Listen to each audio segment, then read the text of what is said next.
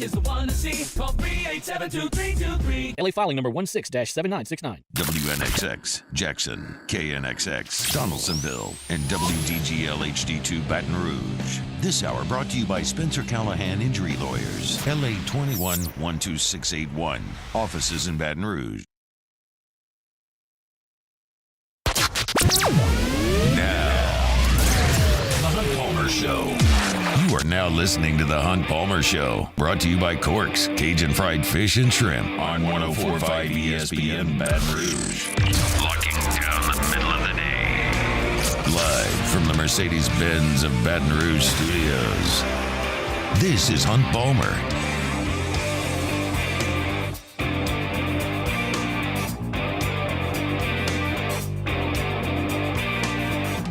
Welcome in. Hunt Palmer coming to you from the Mercedes-Benz of Baton Rouge studio downtown in the capital city on this Friday.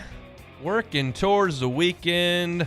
Hope your work week is in the rearview mirror, but if it's not, we'll get you there here from 1 to 3. We're brought to you by Corks, Cajun Fried Fish and Shrimp. Got Jacob Beck and Cassie Spazzali back there on the ones and twos. I try every day to really enunciate that because it can slur, and there it was right there. Just can't quite go. You usually do pretty good, though. I try my hardest. Does anyone ever mispronounce your name? Oh, yeah, many times. I get a lot of incorrect first names with Hunt. Like Speziali or something like that? Yeah, I get a lot of Clints, a lot of Hunters. You get like Spezial. Never right, ever. I tried. Cassie Spazzali back there on the ones and twos as well. We got plenty to get to over the next 2 hours. It's not really going to revolve around baseball because let's be quite honest, if you're locked in on baseball, you're probably watching that or listening to that.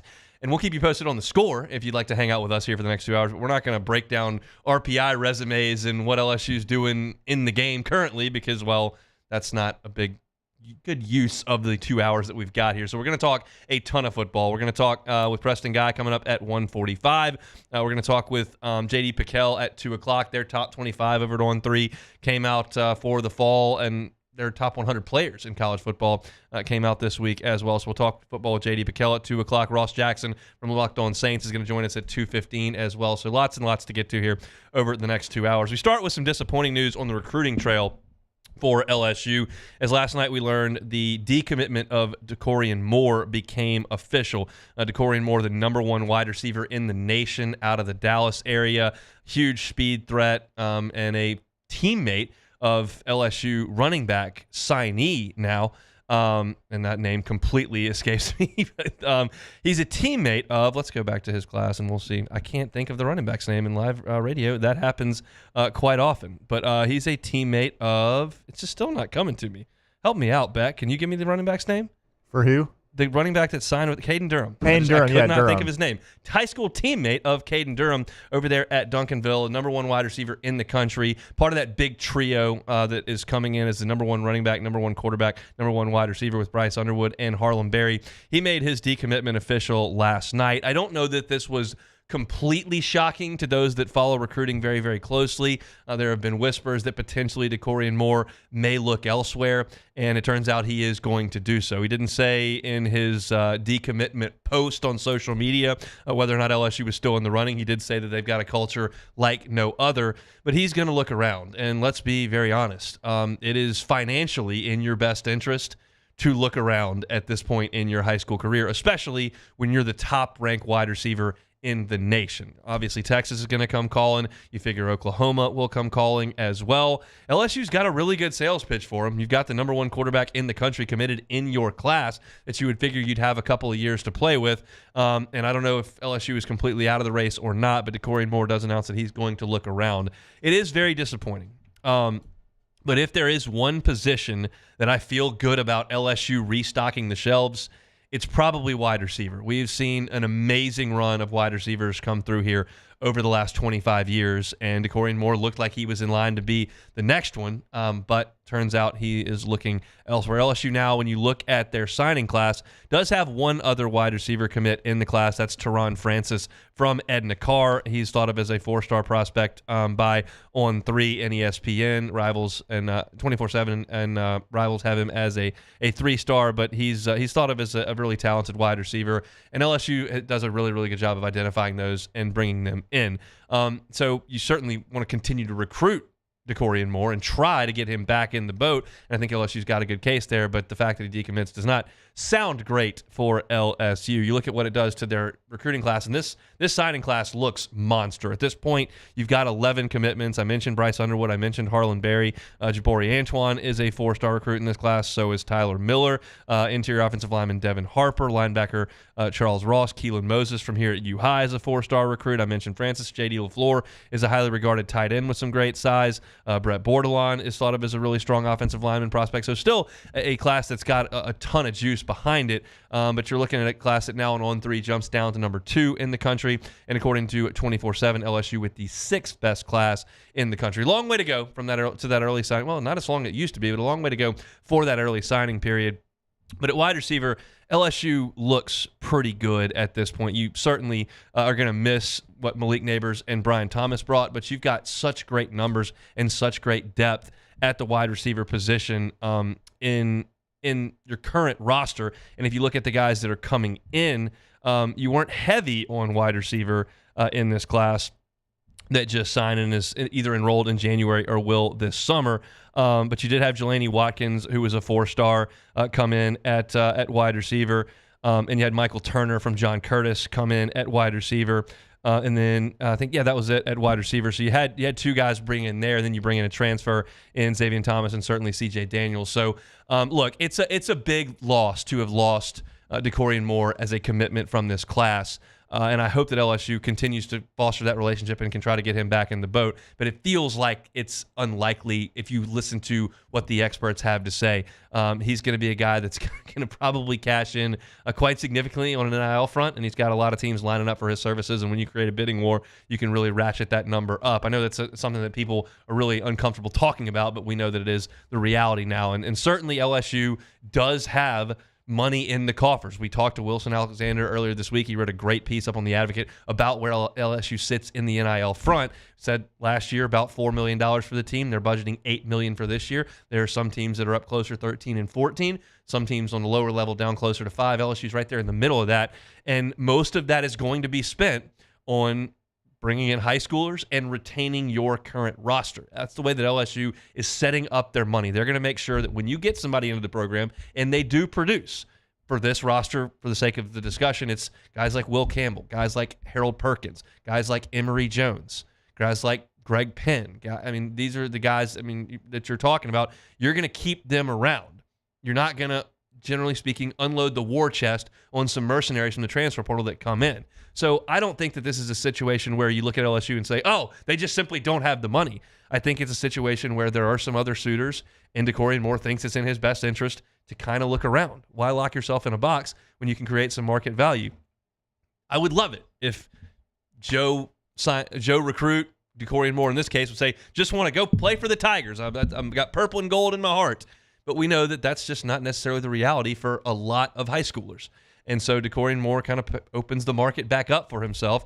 And again, I hope LSU can pull him in, but I just don't have a lot of doubt that LSU is going to be able to find a lot of talented wide receivers. They can find them here in the state of Louisiana. They can find them nationally with the brand that LSU has. And certainly with Bryce Underwood in this class, you would think that that would get a lot of wide receivers' attention. So I have no doubt that LSU will go out and sign some really talented receivers. But anytime you get a decommitment of a guy that high profile, it stinks. And we've been talking about this high school class for so long because they've got that trio, number 1 wide receiver, number 1 quarterback, number 1 running back, and that's newsworthy. And when you've got a class that's ranked towards the top of a lot of lists, that's newsworthy as well. It's the way that Brian Kelly wants to run this thing, and they've done an exceptional job. But you understand when you're dealing more so with out-of-state kids, and you've got the environment that you've got around college football and the recruiting scene, which is now driven almost entirely by name, image, and likeness. Not entirely. I think some people would suggest just always to the highest bidder. I don't think that's always the case. It does happen sometimes, but I don't think it's always the case.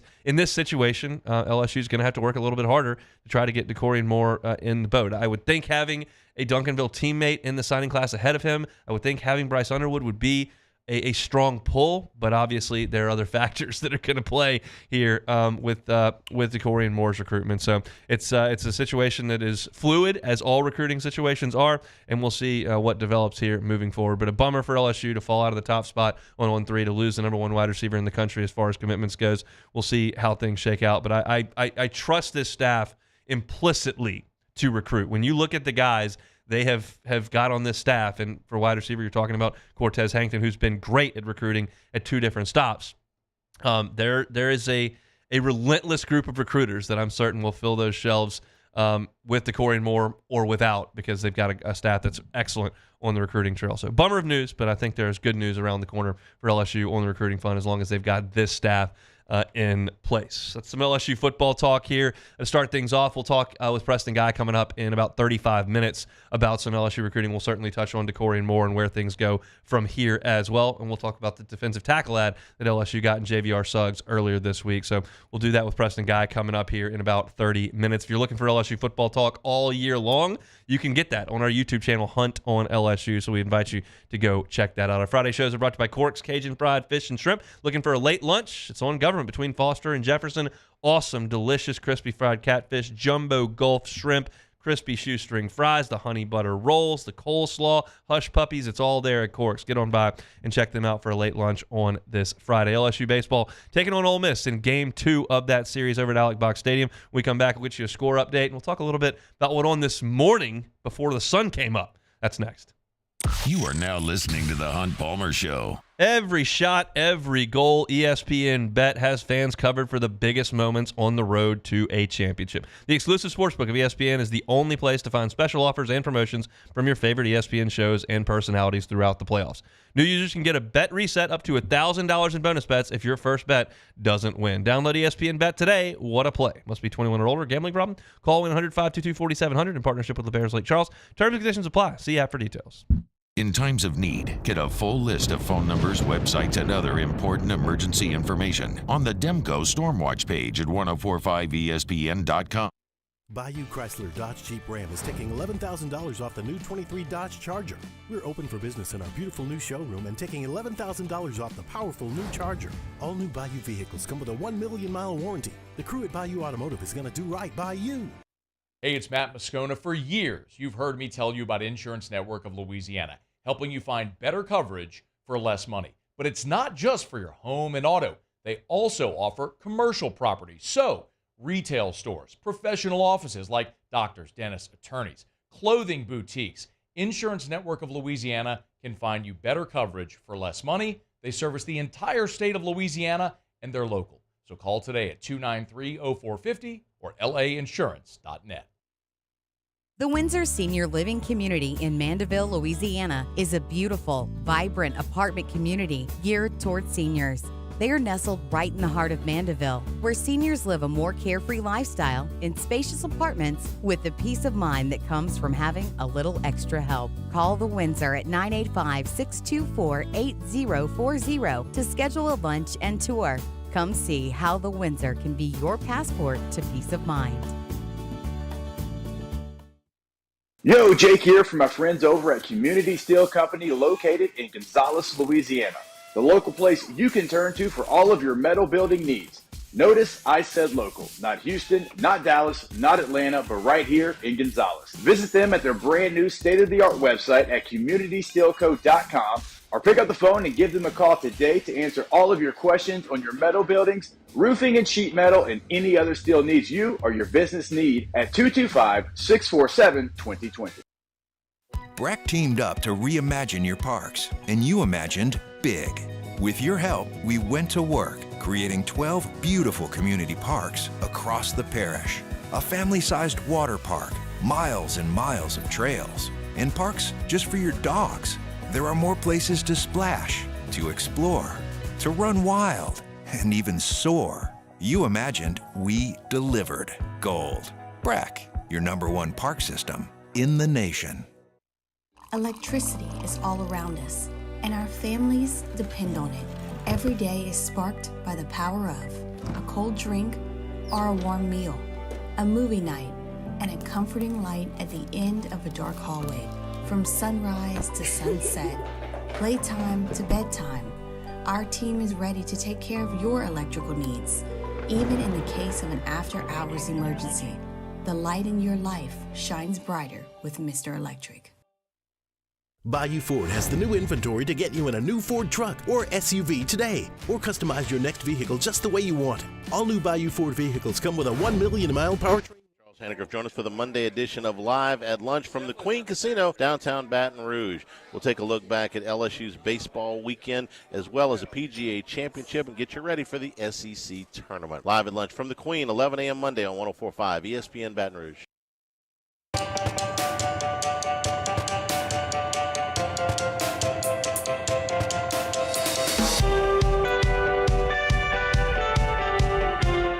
You're listening to the Hunt Palmer Show, brought to you by Corks, Cajun Fried Fish and Shrimp. Chris Demooey coming up in 15 minutes. We will talk a little bit of baseball with Demooey in his normal Friday spot. Our Friday show is brought to you by Corks, Cajun Fried Fish and Shrimp. Now, I woke up this morning, and I'm brushing my teeth, and I start looking through my phone, and I go, what? Scottie Scheffler's in jail? And I said that, and my wife is a big fan of Scottie Scheffler. She likes his wife, Meredith. She likes that he just had a kid. She likes that he speaks about his faith openly. She's a big fan of Scottie Scheffler when I'm watching golf. And so she's like, what did he do? And I'm like, I don't know. I'm trying to figure this out. And I'm starting to read as things are going on, and I can't figure out what the heck has happened. But this morning, before the sun came up in Louisville, was quite a scene, Mr. Beck. Yeah, I was driving to work today. I did OTB this morning. It was about 6:15, 6:30. I'm in the car. I put on ESPN radio, and they say breaking. Or if you haven't been listening, this breaking news: Scottie Scheffler has been detained. I'm like, what? I mean, that's just he's the least arrestable guy in public on the PGA like Tour. if it was like Brooks Koepka or like, I don't know, maybe even John Rahm or They've Patrick arrested Reed. Patrick Reed. Oh, God, like, what did he do? Okay, yeah, it's like that's John not Daly that got surprising. arrested. Okay, well, I got you. Maybe an all-nighter for the big guy. So yeah, that's not. It was just completely shocking, and then we find out some of the details, and it's just so weird. So Scottie Scheffler has released a statement. The Louisville Police Department has released a statement, and I have kind of combed through all this evidence, and I have what I have come up with. Clearly, I don't have all the facts. There's not a video that can show us exactly what happened, but this is my assertion based on everything that I have gathered. It was dark. It was raining. There was a tragic accident involving a pedestrian and a vendor for the PGA Championship that he was struck and killed by a van. And I think that tensions for the police were probably running pretty high with that many people. I mean, this is a massively attended golf tournament. It's a huge country club that has a ton of fans that are out there, and they're trying to all get in there at the same time, and the players are as well. So you've got, it's dark, it's raining, traffic's atrocious, there's been a tragedy. And I believe this is probably what happened. Scottie Scheffler was trying to get there early enough to get his routine done, to do his stretching and his workout and get to the range and hit some putts to get there for an early tee time. And he realized the traffic was bad. He did what he thought he was supposed to do. The police, because of the situation, did not want him to do that. The police officer approached his car, and there was probably some sort of misunderstanding. Whether or not there was communication with the windows rolled down, like, I have no idea.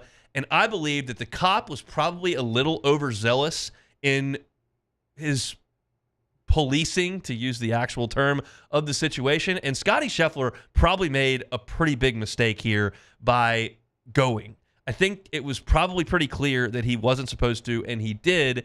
And it sounds like the policeman was drug a little bit because his pants got ripped and there were some wrist and knee $80 pants, by the way. $80 pants in the police report. Beyond repair. My guess in looking at this situation in its totality, and it is a guess based on just reading the evidence, is that the policeman was probably a few notches higher than he was supposed to be, and Scottie probably screwed up. Like, that's what I've gathered from this. Yeah, I agree with you. It just seems like both parties didn't handle this situation properly, because I saw Michael Collins also talked about it and said that he went to the practice or the putting green, talked to a few guys that were there, and they said they did the same thing where they went around the traffic.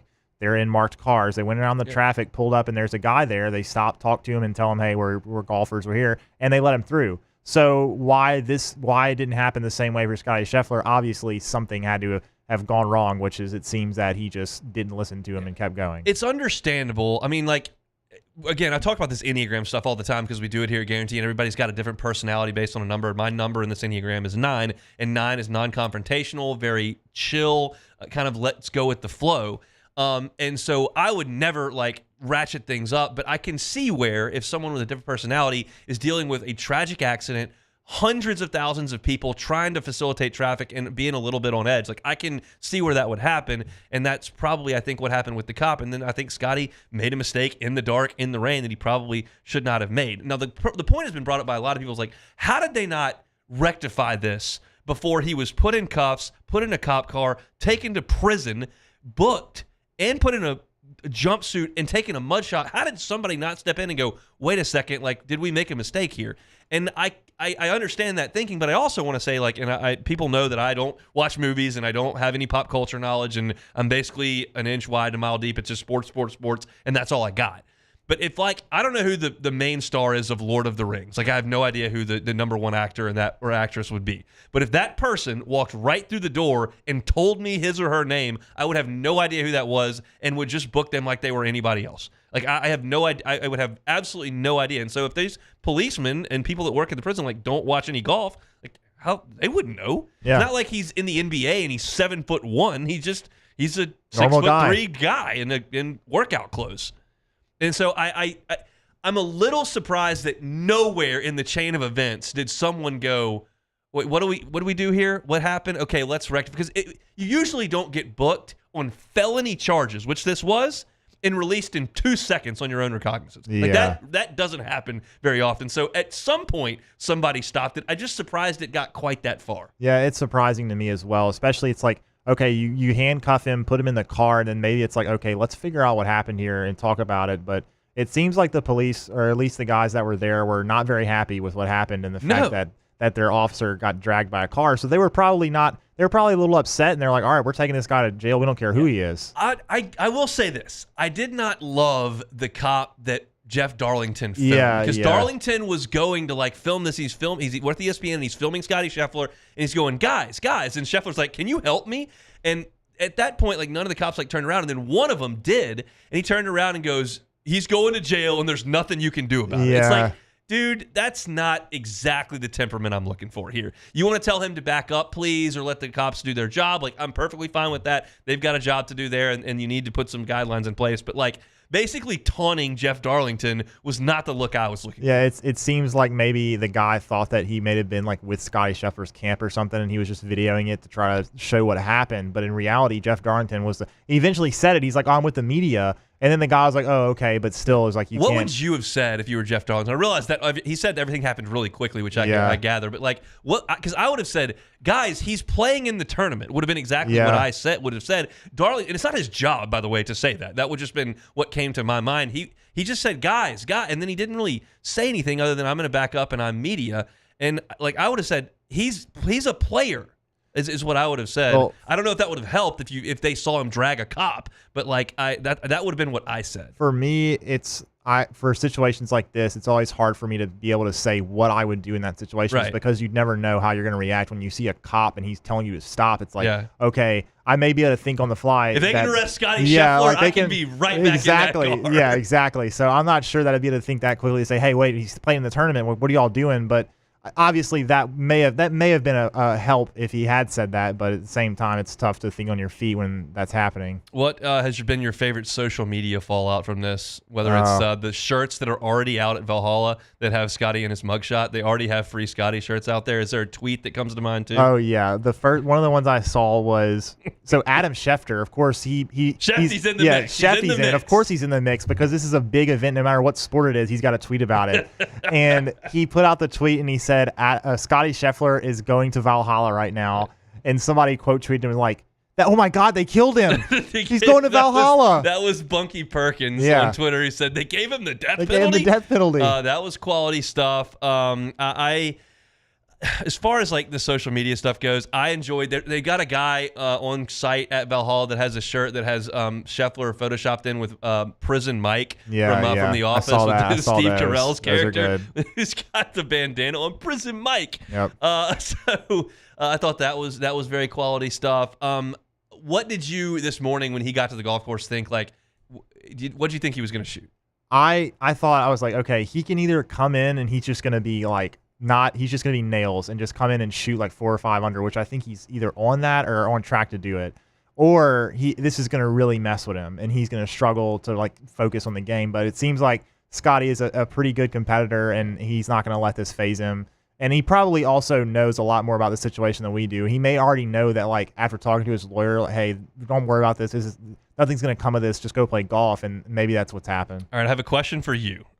This is I think I know what your answer is going to be, but I'll pose this question to you. Ted Scott is his caddy. He's Scottie Scheffler's caddy. He's from Lafayette. Scott Rabelais has written some pieces on him when he's covering at Augusta, because Ted Scott caddied for Bubba Watson for 2 Masters and now is caddied for Scottie Scheffler. And I got from Rab Ted Scott's phone number, and he came on the show after Scottie won his first Masters 2 years ago. Should I text Ted Scott next week and ask him to come on the show to talk about this? I would.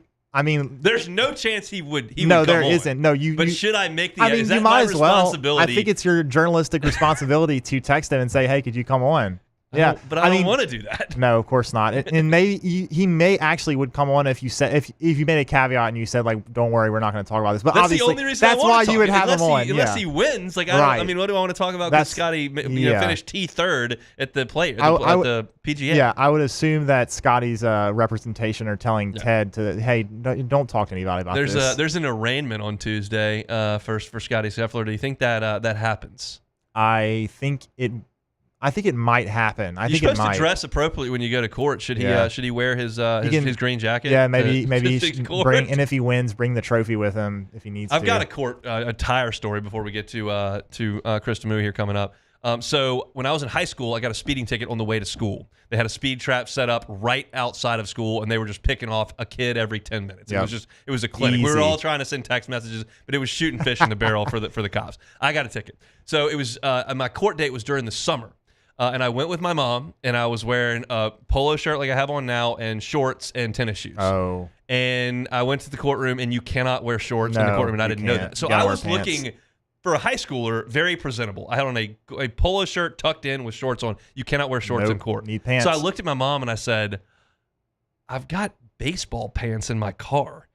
And they're like, yeah. So I went into my car, put on baseball pants. With the polo, and went to court. Lovely. Now, you tell me if anybody's using any common sense here, because I looked very presentable, and then I looked like an absolute clown. And that's what they had me go to court in. And had pants on. The letter of the law, baseball pants and a polo. Impressive stuff in the Shreveport court system. I don't know if I got that expunged or not. Probably didn't help my parents on car insurance. It might have. Usually it's if your first offense, they may do it, especially when you show up to court, too. They like it when you show up, because I actually got a ticket for failure to maintain control because I was driving around a corner and it was wet, and I actually spun out into a ditch.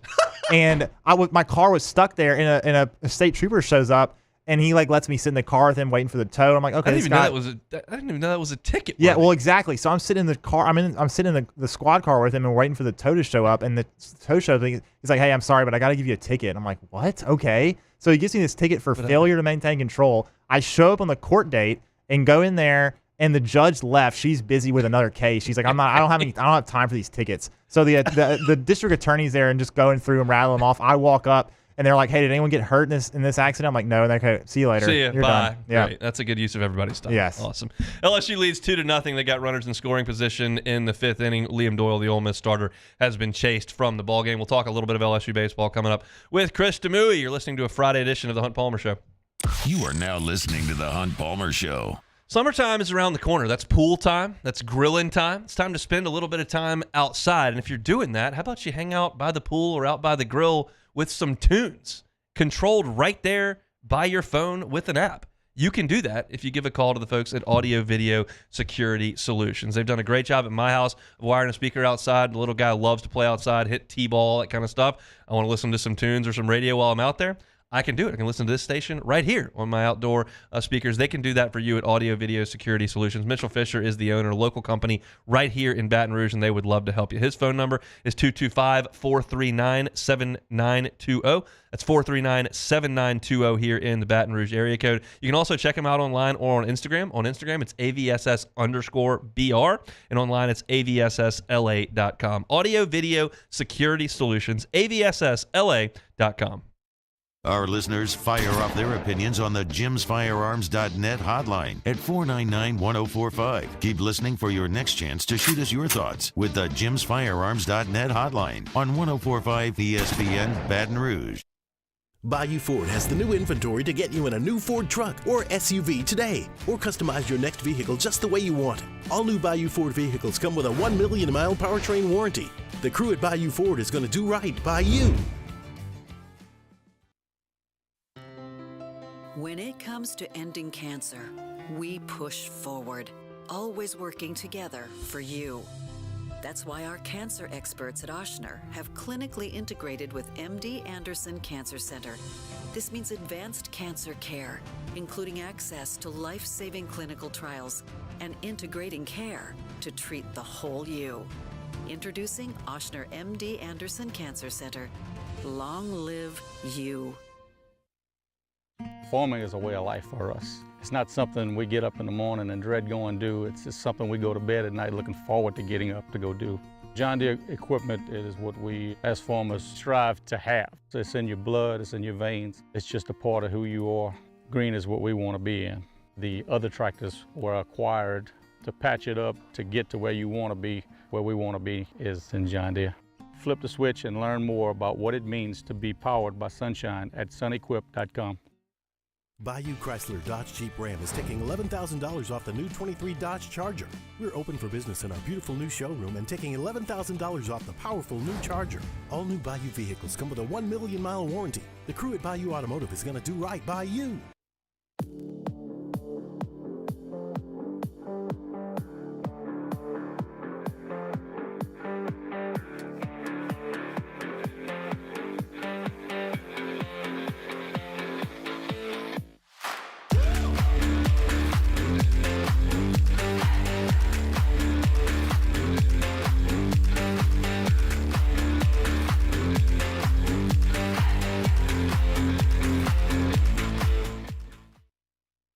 Jerry and Benny Payne began Central Plumbing Company out of their driveway in Tanglewood subdivision. 50 years later and 4 generations down the road, we continue to serve Baton Rouge and the surrounding areas for all of their plumbing needs. Residential, commercial, industrial, or hospitality, Central Plumbing is here 24/7, 365. We want to thank our customers, family, and friends for 50 years of success. And looking forward to 50 more. There it is, the extra mile, on the border of expected and extraordinary for those willing to go further, like vans customized for work or play, with safety and tech to keep you connected, supported by a 5-star sales, service, and finance team, and backed by the 1-star you know. So go the extra mile.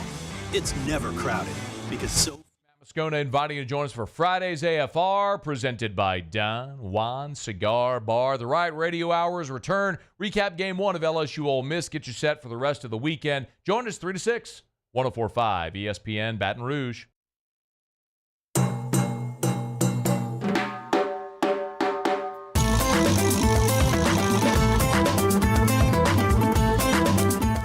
This is the Hunt Palmer Show, brought to you by Corks, Cajun Fried Fish and Shrimp. So in the break there, Jacob Beck just made what I believe is a preposterous claim. We're going to check with Demouy and see what he thinks about this. But Beck said, if you ever get pulled over for speeding, which we were talking about in the last segment, if you just tell them that you've never gotten a ticket, it's your first one, sometimes they'll let you off the hook. I don't believe that's the case. Demouy, first of all, have you ever gotten a ticket? 2, do you think cops are letting people off the hook if they just say, hey, I've never gotten a ticket before, this is my first one? All right, hold on 1 second. I've actually got to fix this. I got to fix the board. It's not set up right. I got to get the phones on here. Okay. Yeah. So we have no ability to get guests. We have guests in the next 2 segments. No, we do. We've got him now. Okay. Here he is. There he is. Demouy, I'm assuming you heard that. Have you ever gotten a ticket? And do you think cops are letting people off the hook if you say, hey, it's my first one? Yeah, I've definitely gotten a ticket, and I guess if you're young enough or you're pretty enough, maybe. I don't know, but at my age and the way I look, they're not letting me off for anything. They might give me 2. Yeah, I do have a story about that, though. I did get a ticket going to cover LSU Mississippi State football game. That would have been in 2011. I was going up there. It was a Thursday night game, and I got a ticket on the way up there. And then, like 4 miles later, the same cop pulled me over and then ripped the ticket up. He pulled me over a second time to rip the ticket. I was like, oh, that's awesome. Thanks. Go Bulldogs, I guess. So yeah, that's ticket talk for the day. The Tigers got a win last night. They are currently winning as we speak, 4-0 as we head to the 5th. Are Luke Holman and Gage Jump pitching well enough for LSU to potentially win a regional? I want to say yes, but I haven't seen LSU really win 3 games in a row yet. And that's what you need to win a regional, or God forbid they go into the losers bracket and they have to piecemeal that thing together. It's just not the same as it was last year, right? Or it hasn't been up to this point. So I think they can win game 1 and game 2 in a regional. There's no doubt. And I think they can get you 2 wins in the SEC tournament. The problem is, who are you going to throw game 1? That's a big problem. I'd imagine if I had to put money on it, it's going to be Cade Anderson, and I really like him almost against anybody except for a team like a Georgia, because the SEC is so mid this year in so many areas, but obviously Georgia just crushes. I mean, I don't like who's the best pitcher in Major League Baseball right now. I mean, I don't like anybody against Georgia at this point. Like they're crushing people. Let's talk big picture stuff here, Demouy, because. I mean, talking about the individual stuff, people are probably checking out the actual game instead of listening to us talk about baseball. But I had a discussion yesterday with Joe Healy from D1 Baseball about the selection committee and their process. And we're going through some of the teams that are on the bubble. And I'm talking about Illinois, who is 4-10 against Quad 1, who got swept 38-7 against Tennessee. But they're winning the Big Ten, which is a terrible conference. We're talking about Utah, who's having their best season in a long time. Their RPI is 74. They have 2 Quad 1 wins. But they folks at D1 have them in the field. Central Florida, Indiana, James Madison. I would suggest that LSU is better than all those teams. If those teams played in the SEC, they'd have atrocious records. But I also see the other side of it that says you can't just tell everybody that's not in the SEC or the ACC, nice job, I'm glad that you won 35 games, but go sit down. Like, that's not really a proper way to have programs invest in baseball if you're just going to default to the SEC and the ACC every June. How do you feel about that situation, especially when it concerns the bubble?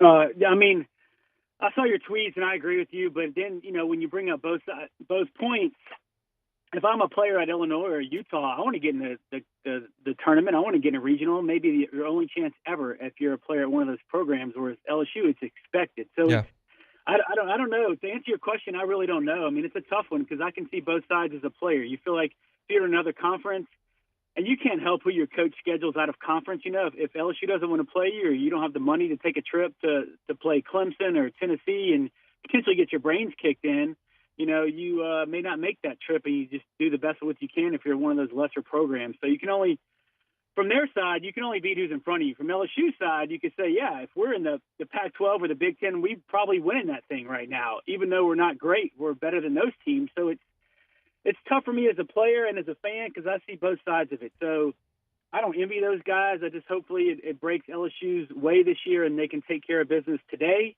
And hopefully they play again this weekend, and then they can get 2 or 3 wins in the SEC tournament and really solidify their chance to make a regional. Because I think, look, if you're a Clemson or you're ECU, you do not want to see LSU as a 2 or 3 seed in your regional, bottom line.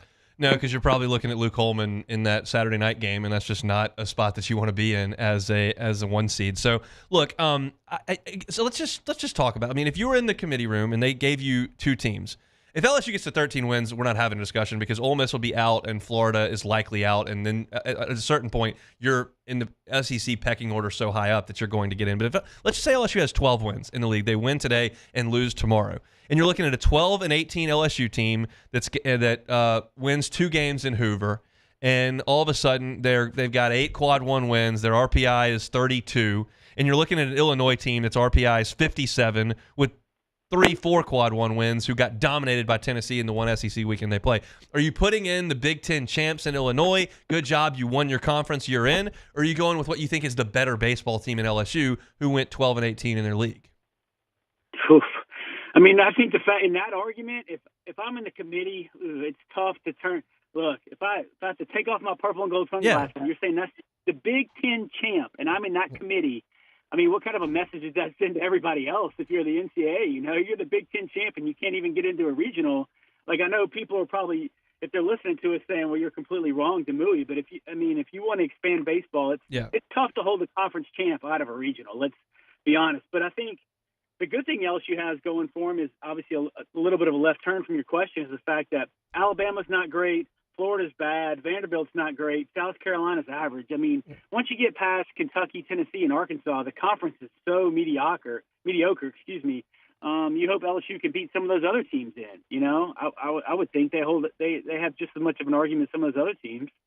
Yeah, I mean, Ole Miss's RPI is better right now. Florida's RPI is better right now. Vanderbilt's RPI is better right now. And you're looking at conference wins. That's going to shake up as Luke Hill hits a 2-run homer and Ole Miss cuts the lead in half. But it's my point is like if I'm bummed out that like we've lost the West Coast because of money and the Big Ten eating it up, and then like the Midwest is not any good, and the sports becomes so regional, and I don't know if there's any way to fix that if the SEC continues and the ACC continue to dump all this money into the sport, and we get to Omaha and it's an SEC ACC invitational. But like it bums me out that we've done that, and so it would be disingenuous for me just to say, you know, just put the SEC teams in and leave everybody else out, and then say that I'm bummed out that the sport's becoming regional. Like, I get the side that, like, put the best teams in, and LSU is, I think, in anyone's observation, better than Illinois or Utah, but, like, you're becoming a one-league sport at one point, and I don't really like that. No, I mean, I don't either. I think back to, obviously, I played a long time ago, but we had Fullerton come to our regional. And I remember when they announced it, you know, we didn't have cameras in our squad room when they were doing the announcements like they do now, but we all still gathered and we watched it on TV. And obviously we were the one seed in our regional in 98, but Fullerton came in as a 2, and everybody's like, oh, yeah. Wow. But we all grew up watching Fullerton play in the College World Series, so it was awesome that they came here. You know, Harvard came here, Oklahoma came here, South Alabama. So it's cool to see other teams play, and that's kind of what it's about, right? It's a mini NCAA tournament. So it's I agree with you. When you take, you know, and I think the diminishing of college baseball is going to get worse with the transfer portal because, you know, if you're the best player on Illinois' team or Utah's team and a team from the SEC, like, say, A&M, wants to, you know, get you like they did Braden Montgomery this year, you're going to go because you want to play against the best. It's going to help your draft status, and you have a chance to go to the College World Series. Your path is easier, per se, or more inviting than it does on the Pac-12. But it's fun when you see random teams in regionals. They may not have a shot, but it's still kind of a cool atmosphere. And as a player, I always like seeing teams from different parts of the country, you know. Yeah, I mean, you look at Braden Montgomery, who was Stanford's best player. You look at Thatcher Hurd and Gage Jump, who would be UCLA's weekend rotation. LSU got Jacob Berry to come from Arizona as well. Luke Hill just hit that home run for Ole Miss today. He was Arizona State's shortstop last year. Now he's playing for Ole Miss. Like, it's just, to me, oh my goodness. To me, I'm watching the game and Jared Jones is trying to catch a pop-up. Didn't look great. But to me, like, that's just, it's great for the SEC. It's great for us those 10 weeks a year when you're watching such high-level baseball because it's basically an all-star team from around the country. But it does suck a little bit that it's like, what's Stanford supposed to do? UCLA's awful this year. They're in last place. Well, they'd probably be a little bit better if Thatcher Hurd and Gage Jump are playing for them. That's to me, it's a little bit sad. No, I agree. And it's I got lucky, and my son and I went to Omaha last year for the first weekend, and it was cool, like seeing Oral Roberts. Obviously, they're from the area, and they drew a ton of people. But like the Oral Roberts story, right? Back in the day, you had Wichita State that was really, really good. They were a blue blood of college baseball in the 80s and 90s, and yeah, it does stink, right? Oregon State's kind of still holding the mantra, the best team out west, and who doesn't have a conference anymore, by the way. So take that for what it's worth. They have one of the best players in the country, you know. Bazana.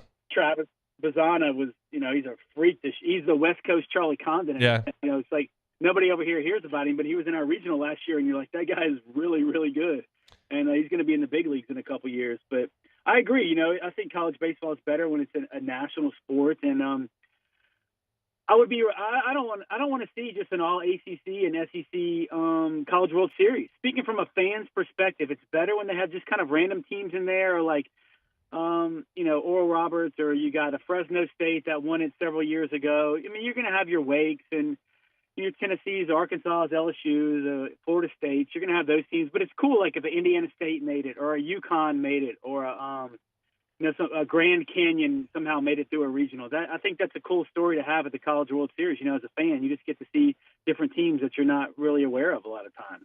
Hopefully the Tigers can finish off this weekend, have some fun in Hoover over the next week. We'll talk next Friday. Thanks, man. All right, buddy. Sounds good. Thanks. He is Chris Demouy, our baseball breakdowns all season long, brought to you by Pluckers. We'll come back with Preston Guy, TigerBait.com, talking some football next. You are now listening to The Hunt Palmer Show. Don't let the power go out on you. Boudreaux's Electric can help you with that. They're a certified Generac generator dealer, a premier Generac generator dealer. If you're a business owner and you've got a commercial property that is not going to be super productive if the power goes out, how about a Generac generator? They're happy to help you on the commercial side of things. Neil and Melissa have been running Boudreaux's Electric for 40 years. 40 years in this business. They know exactly what they're doing. It's such a great process with the folks at Boudreaux's Electric. You give them a call. You have them come out. Full-time Boudreaux's Electric employee is going to install that generator. They're going to do it with the finest in tubing and coppering and wiring. And they're going to be able to monitor that Generac generator 24 hours a day, 7 days a week. So if at some point, whether you know it or not, that generator malfunctions and isn't going to work when it's needed, they'll know about it remotely. They'll give you a call, say, hey, we know something's going on with the generator. Let us come out and fix it, so that when you do need it, it is ready to roll. Every single Generac generator from Boudreaux's Electric comes with a 7 to 10 year warranty on it. 7 to 10 years on that generator, and to give you peace of mind for 15 years or so. That's the life of those Generac generators. Give them a call today at their Napoleonville location. It's 985-397-1562. That's my friends at Boudreaux's Electric. In times of need, get a full list of phone numbers, websites, and other important emergency information on the Demco Stormwatch page at 1045ESPN.com.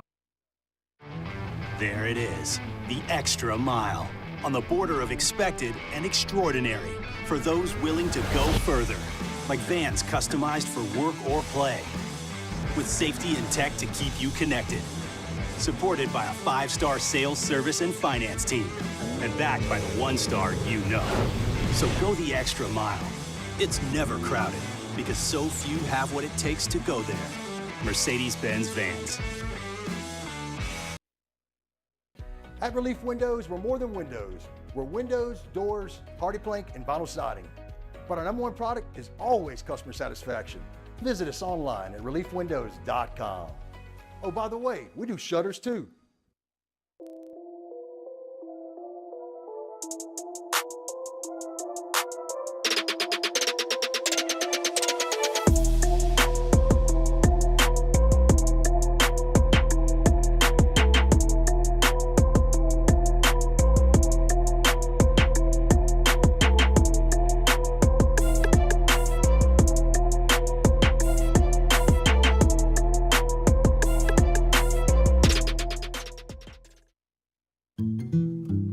Power up your next project with John Deere Deals by Sunshine.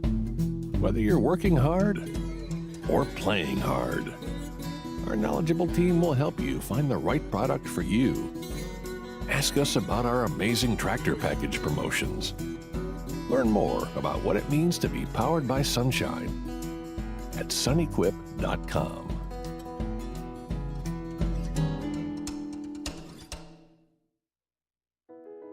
I've been doing business with Luba for 25 years. They're dependable, trustworthy. It's just the attention to detail with our clients. Our folks have years and years of experience. They're highly trained professionals, but many companies have that asset. What I'd like to think makes Luba a bit different is that we use those talents in a way that truly is dedicated to serving the needs of the folks who depend on us. Dylan Cruz here to tell you about Six Rings Baseball and Softball Camp. If you live on the North Shore and play ball, go to Six Rings Camps with former LSU assistant coach Dan Canaveri. His knowledge is second to none, and your child will improve and have fun doing it. Camps were held at Coquille Park and Six Rings Academy in Covington with 4 sessions over the summer. Full day and morning only sessions are available from ages 7 to 13. Go to sixringsbaseball.com or call 985-206-9096. Learn the game to love the game. Bayou Chrysler Dodge Jeep Ram is taking $11,000 off the new 23 Dodge Charger. We're open for business in our beautiful new showroom and taking $11,000 off the powerful new Charger. Charles Hannegriff, join us for the Monday edition of Live at Lunch from the Queen Casino, downtown Baton Rouge. We'll take a look back at LSU's baseball weekend as well as a PGA championship and get you ready for the SEC tournament. Live at Lunch from the Queen, 11 a.m. Monday on 104.5 ESPN Baton Rouge.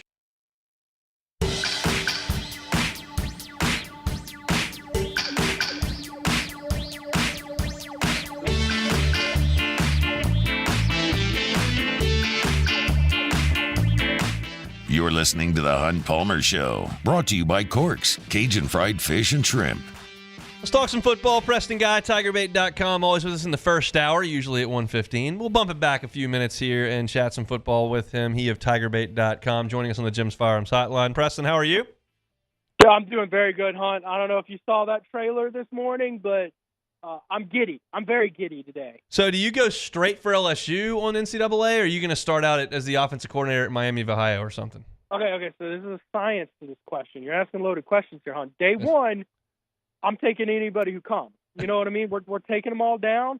I don't care. You tell me what team. I'm just going to beat you down. You know what I mean? But then we're going to go into the dynasties, and, of course, we're going to start off as offensive coordinator of Toledo or something like that. We got to work your way into that. Now, you got to start a separate dynasty with LSU, of course, so you get to play with the current players and work out the season. You might do that one first, but you know your real dynasty, the one your heart's in, it's the one – with where you're dialing up plays in the Glass Bowl with Toledo. That's exactly right. And then, of course, you got to do an online dynasty with your friends as well. So, there's a science to this, Hunt. You can't just ask these questions and think they're going to be just one-off. You know what I mean? I got you. We're going to talk a little bit about that game coming up in the second hour. What was your reaction when Decommits Moore decommitted? Something that's been in the works for a while. The thing is in recruiting, there's a phrase, listen to what they do, not what they say. He kept on saying, I'm 100,000% committed. I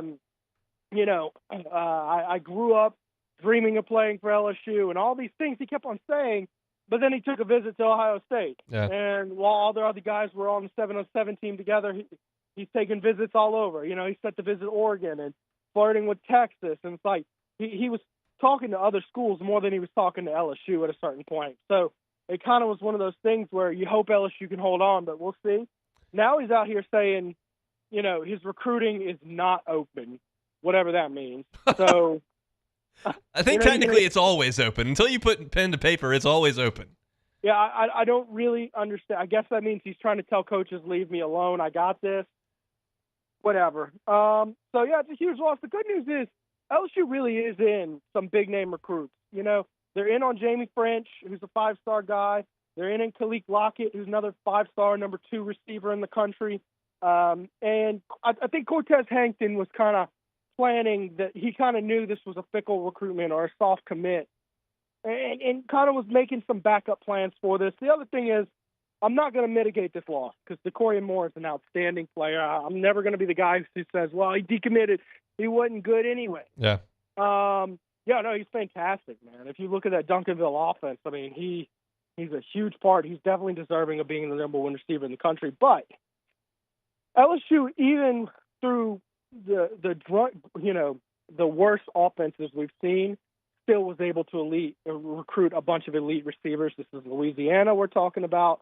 This is LSU. They're going to find some good receivers. So if you're looking to ease the blow, just trust in Cortez Hankton and the brand that is LSU.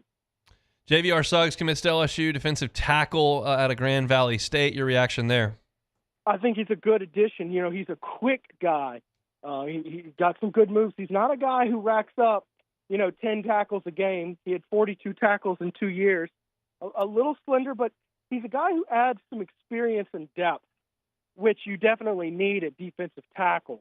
I don't think he's a guy who they're projecting to be someone who's drafted in the NFL draft next year.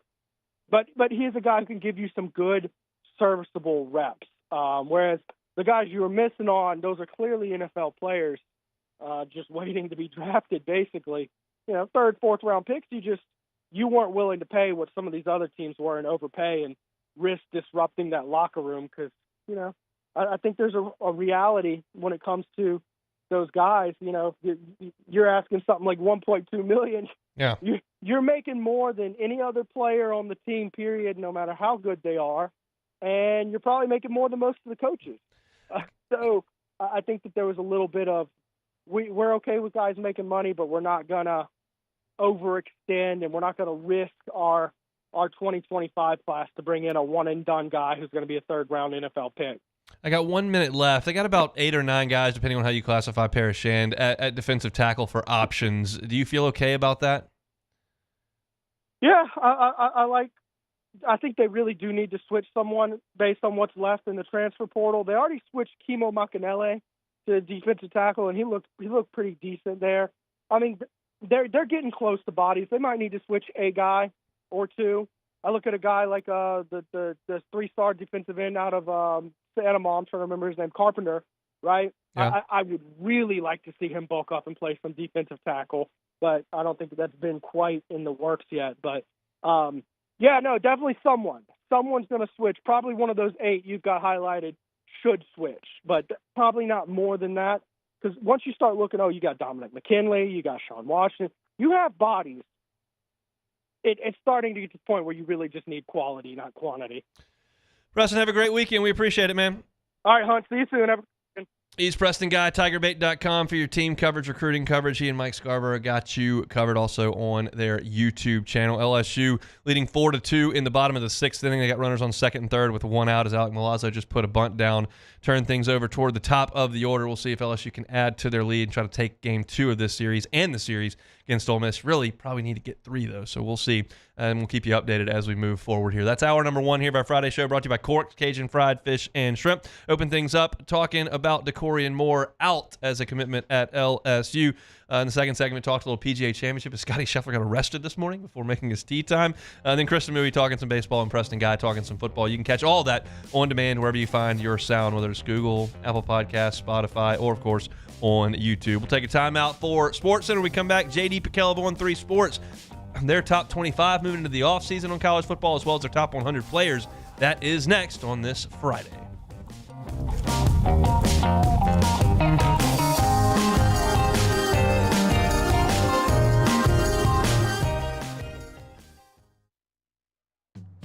When things heat up, you don't just want a cold one.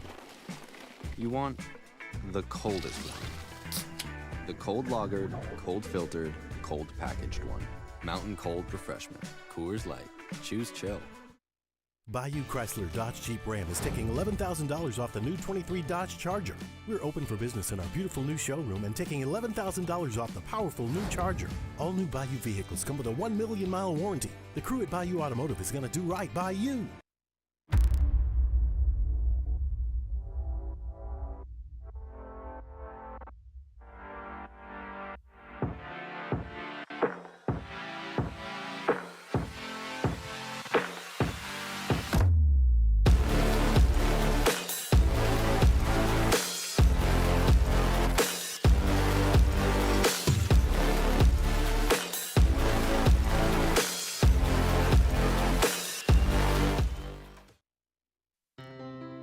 When it comes to ending cancer, we push forward, always working together for you. That's why our cancer experts at Ochsner have clinically integrated with MD Anderson Cancer Center. This means advanced cancer care, including access to life-saving clinical trials and integrating care to treat the whole you. Introducing Ochsner MD Anderson Cancer Center. Long live you. Yo, Jake here from my friends over at Community Steel Company located in Gonzales, Louisiana. The local place you can turn to for all of your metal building needs. Notice I said local, not Houston, not Dallas, not Atlanta, but right here in Gonzales. Visit them at their brand new state-of-the-art website at communitysteelco.com or pick up the phone and give them a call today to answer all of your questions on your metal buildings, roofing and sheet metal, and any other steel needs you or your business need at 225-647-2020. Breck teamed up to reimagine your parks, and you imagined big. With your help, we went to work creating 12 beautiful community parks across the parish.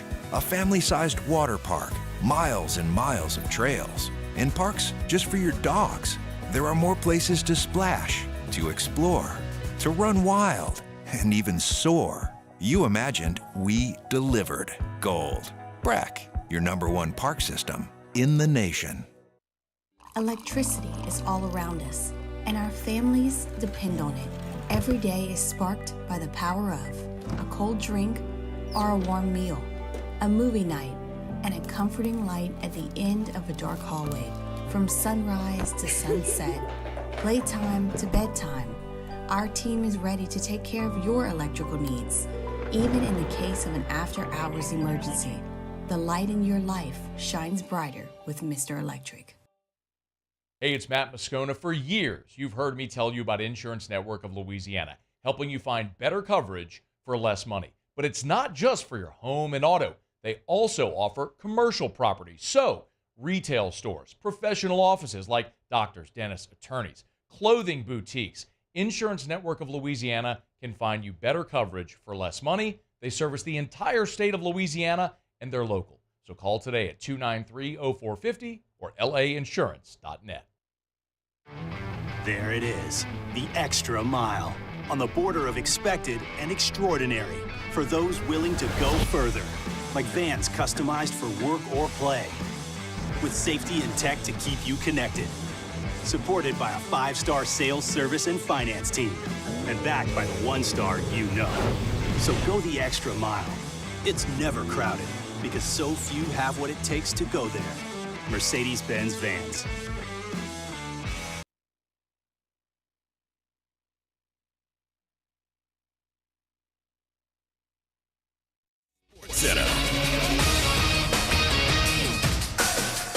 I'm Doug Brown. On his way to the second round of the PGA Championship, Scottie Scheffler was pulled over, handcuffed, and arrested by Louisville police for trying to drive around an accident scene.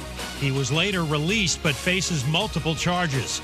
ESPN's Michael Collins describes what another player told him about their drive to Valhalla this morning. We did the exact same move that Scottie Scheffler attempted to do, and that was go around traffic and turn into the golf course. And when the security or police officer saw the car and the markings on the side of the car, they just waved us through with no issues whatsoever. Michael Collins. Scheffler is 8 under par right now, 4 shots off the lead of Colin Morikawa. The second round continues on ESPN and ESPN+. In the NBA playoffs tonight, Game 6 for the Knicks and Pacers. New York with a 3-2 series lead. Coverage at 8 Eastern on ESPN Radio and TV. Game 6 also in the Stanley Cup playoffs tonight. The Panthers in Boston against the Bruins. The Avalanche against the Stars in Denver. As humans, we like having options. One option you might like is speaking with a real person when you call about your credit card. With 24/7 live, U.S.-based customer service from Discover, everyone can talk to a real person anytime, day or night. Limitations apply. See terms at discover.com/credit card. Ladies and gentlemen, may I direct your attention to something quite extraordinary? Now, the Hunt Palmer Show.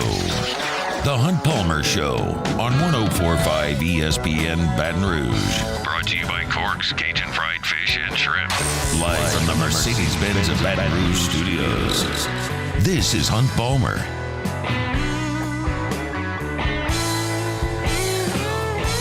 Hour number 2, Friday edition of the Hunt Palmer Show, presented by Cork's Cajun Fried Fish and Shrimp. I'll be honest, my baseball feelings are not great at the moment. Tommy White just struck out with the bases loaded, and Paul Skeens is absolutely destroying the Chicago Cubs. Struck out the first 7 men he faced and got a couple of ground outs. He is perfect through 3 at his first appearance in Wrigley Field. So we'll keep you posted on Paul Skeens as we continue on the show. LSU leads almost 4-2 over at the box. They're playing in the bottom of the 6th inning. Tigers have the bases loaded and 2 are out. Jared Jones at the dish. We will keep you posted on all of that. Our Friday shows are brought to you by Cork's Cajun Fried Fish and Shrimp. Get on by there for a late lunch. If you're got dinner plans for tonight and don't have dinner plans for tonight, Cork's is a great option. If you're tailgating for baseball tomorrow, Cork's awesome option. And I always tell you about their catering packages. If you got a birthday party, if you're feeding the office for lunch, anything you need to feed in bulk, Cork's is fantastic for that. They got delicious crispy fried catfish, those big jumbo Gulf shrimp, fantastic as well. The crispy shoestring fries are very, very good. Cork's is a great new food concept here in Baton Rouge. Been a sponsor of ours for now almost 2 years on Fridays. Appreciate them bringing you our Friday shows. Jared Jones strikes out on a breaking ball, and LSU fails to score even though they had the bases loaded and one out with their 2 best hitters coming to the dish. So that's a little bit disappointing, but hopefully Luke Holman can keep it rolling. Colin Morikawa has taken the lead in the PGA Championship. Xander Schauffele is through 1 hole today after a 62 in yesterday's round. First player ever to shoot 62 twice in major championships. We don't have JD at this point. He did not answer. Is that the case? Well, that's no good. We need him to answer. So I'm going to text him right now and say, hey, JD, we need you to answer your phone, boss. Because I want to talk a few things with He's calling right now, He's calling actually. right now. That's a good thing. because I got a few things I want to talk to JD about. Certainly want to start with his post-portal top 25, where he's got Georgia at number 1, Ohio State 2, Texas at 3, Oregon 4, Ole Miss 5, LSU down at number 13, per our guy JD Piquel, who joins us now on the Jim's Firearms Hotline. You can find all of his stuff on On3 and, of course, on their YouTube channel. Host of The Hard Count joins us during football season, but good enough to make some time for us here in the late spring. JD, how are you? Doing phenomenal, man. It's good to hear your voice. Every time we jump on the phone, it feels like it's football season. So for this next however many minutes y'all allow me on the airwaves, it's football season, man. Good to talk to you. For some, it's always football season. Talk to my guy Jacob Hester in the morning. That guy's just locked in on football. Give him the CFL, give him Arena League, give him high school, give him college football. He's locked in on football all the time, and I know you are as well. You posted your post-portal top 25, and I want to go through that a little bit with you. You got the Georgia Bulldogs at the top. Why? I think Georgia right now has the most talented roster in college football.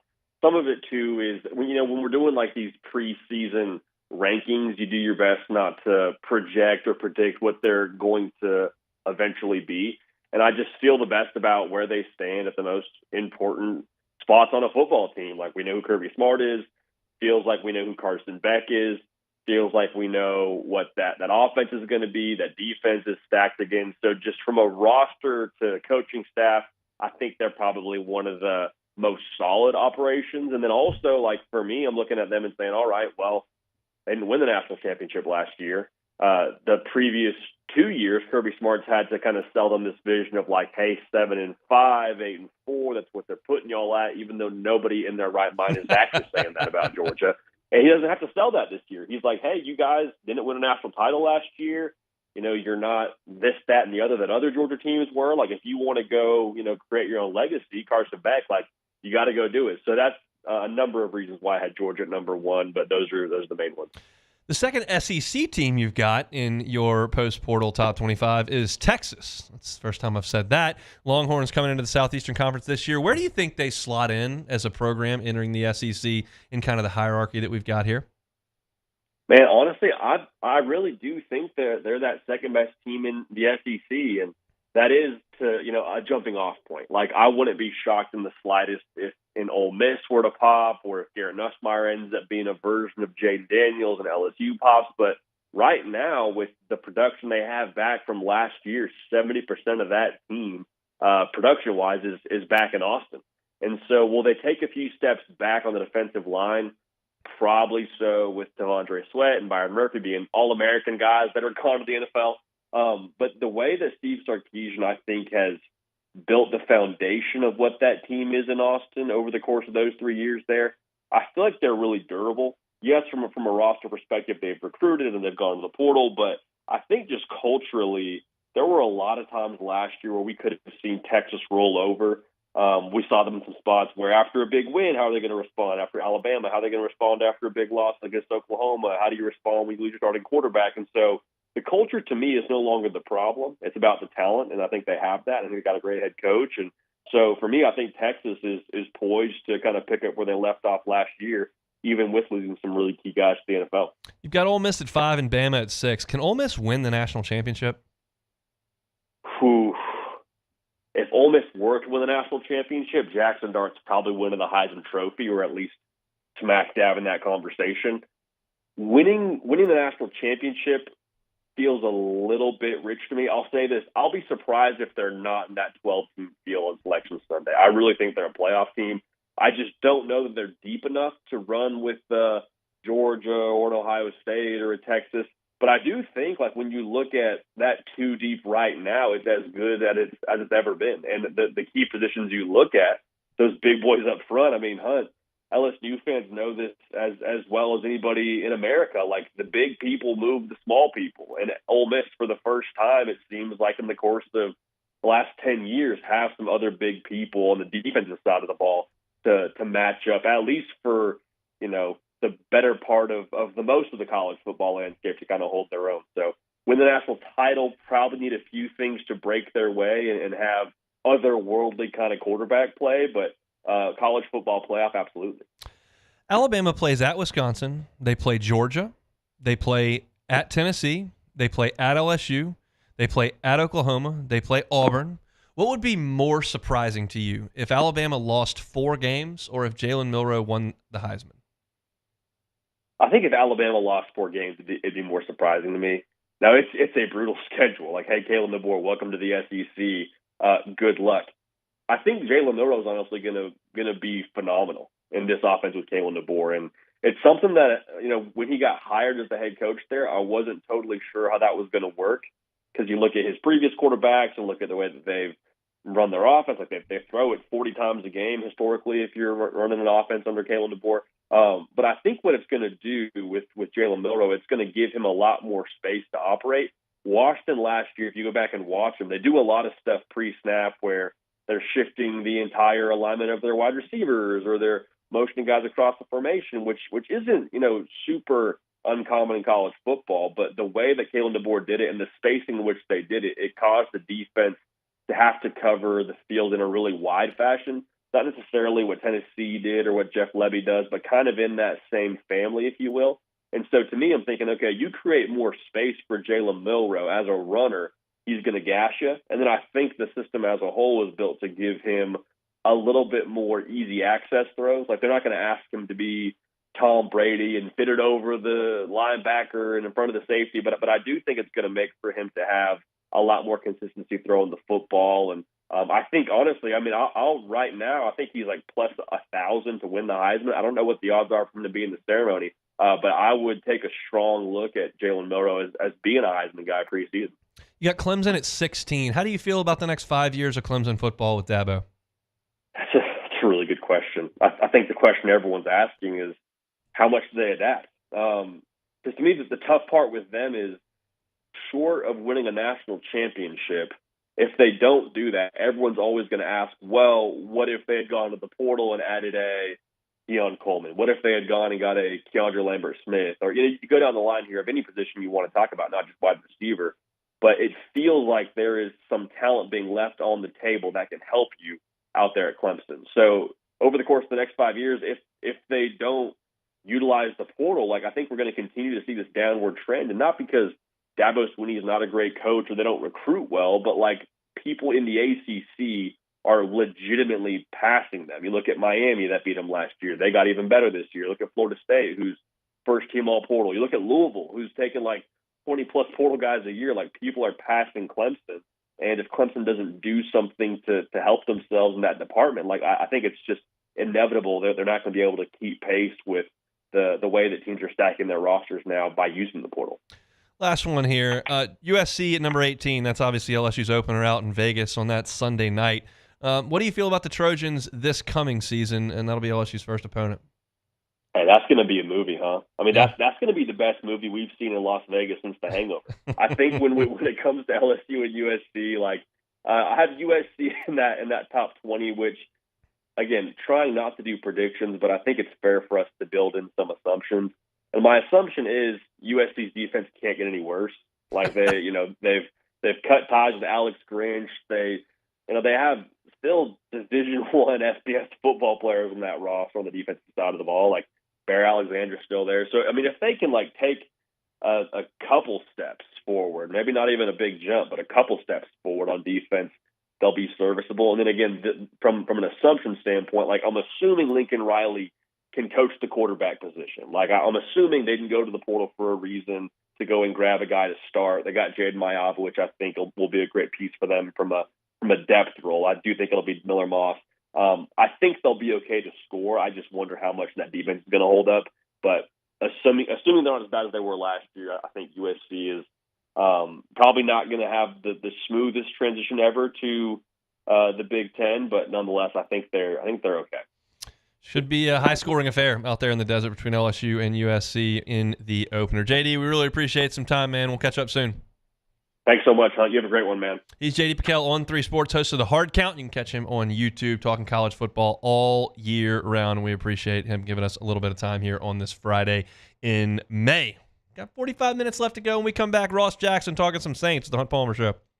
You are now listening to The Hunt Palmer Show. Visit us at LeBear's Baton Rouge Casino this spring for all the hoops and hockey playoff action. We got the biggest screens, the best food and drink, plus we're giving away Pin Cash bonuses and prizes to Pin Play Rewards members. Not a member? Join today by downloading and registering for the Pin Play app from the App Store. Unlock all the fun, including a chance to win up to $2,000 in Pin Cash. All this and more make LeBear's Baton Rouge Casino your spring sports viewing headquarters. Must be 21 or older. Gambling problem? Call 1-800-522-4700. Our listeners fire off their opinions on the jimsfirearms.net hotline at 499-1045. Keep listening for your next chance to shoot us your thoughts with the jimsfirearms.net hotline on 1045 ESPN Baton Rouge.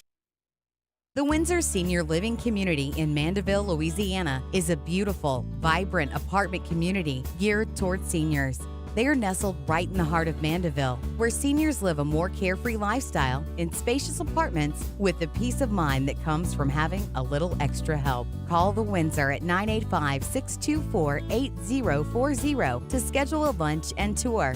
Come see how the Windsor can be your passport to peace of mind. Jerry and Benny Payne began Central Plumbing Company out of their driveway in Tanglewood Subdivision. 50 years later and 4 generations down the road, we continue to serve Baton Rouge and the surrounding areas for all of their plumbing needs. Residential, commercial, industrial, or hospitality, Central Plumbing is here 24/7, 365. We want to thank our customers, family, and friends for 50 years of success. And looking forward to 50 more.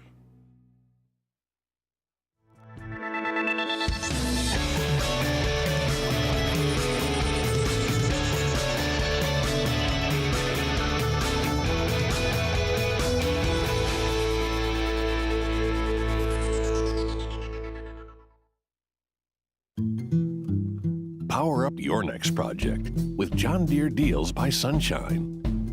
Whether you're working hard or playing hard, our knowledgeable team will help you find the right product for you. Ask us about our amazing tractor package promotions. Learn more about what it means to be powered by Sunshine at sunequip.com.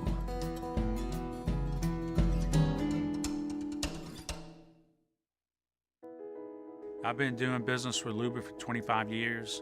They're dependable, trustworthy. It's just the attention to detail with our clients. Our folks have years and years of experience. They're highly trained professionals, but many companies have that asset.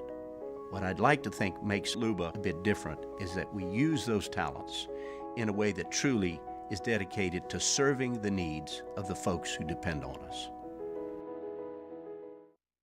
Dylan Cruz here to tell you about Six Rings Baseball and Softball Camp. If you live on the North Shore and play ball, go to Six Rings Camps with former LSU assistant coach Dan Canaveri. His knowledge is second to none, and your child will improve and have fun doing it. Camps were held at Coquille Park and Six Rings Academy in Covington with 4 sessions over the summer. Full day and morning only sessions are available from ages 7 to 13. Go to sixringsbaseball.com or call 985-206-9096. Learn the game to love the game. When it comes to ending cancer, we push forward.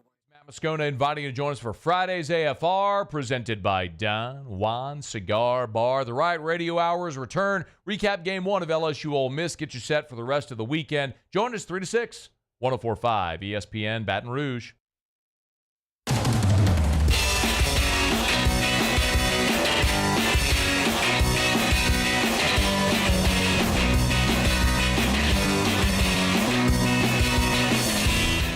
This is the Hunt Palmer Show, brought to you by Corks, Cajun Fried Fish and Shrimp.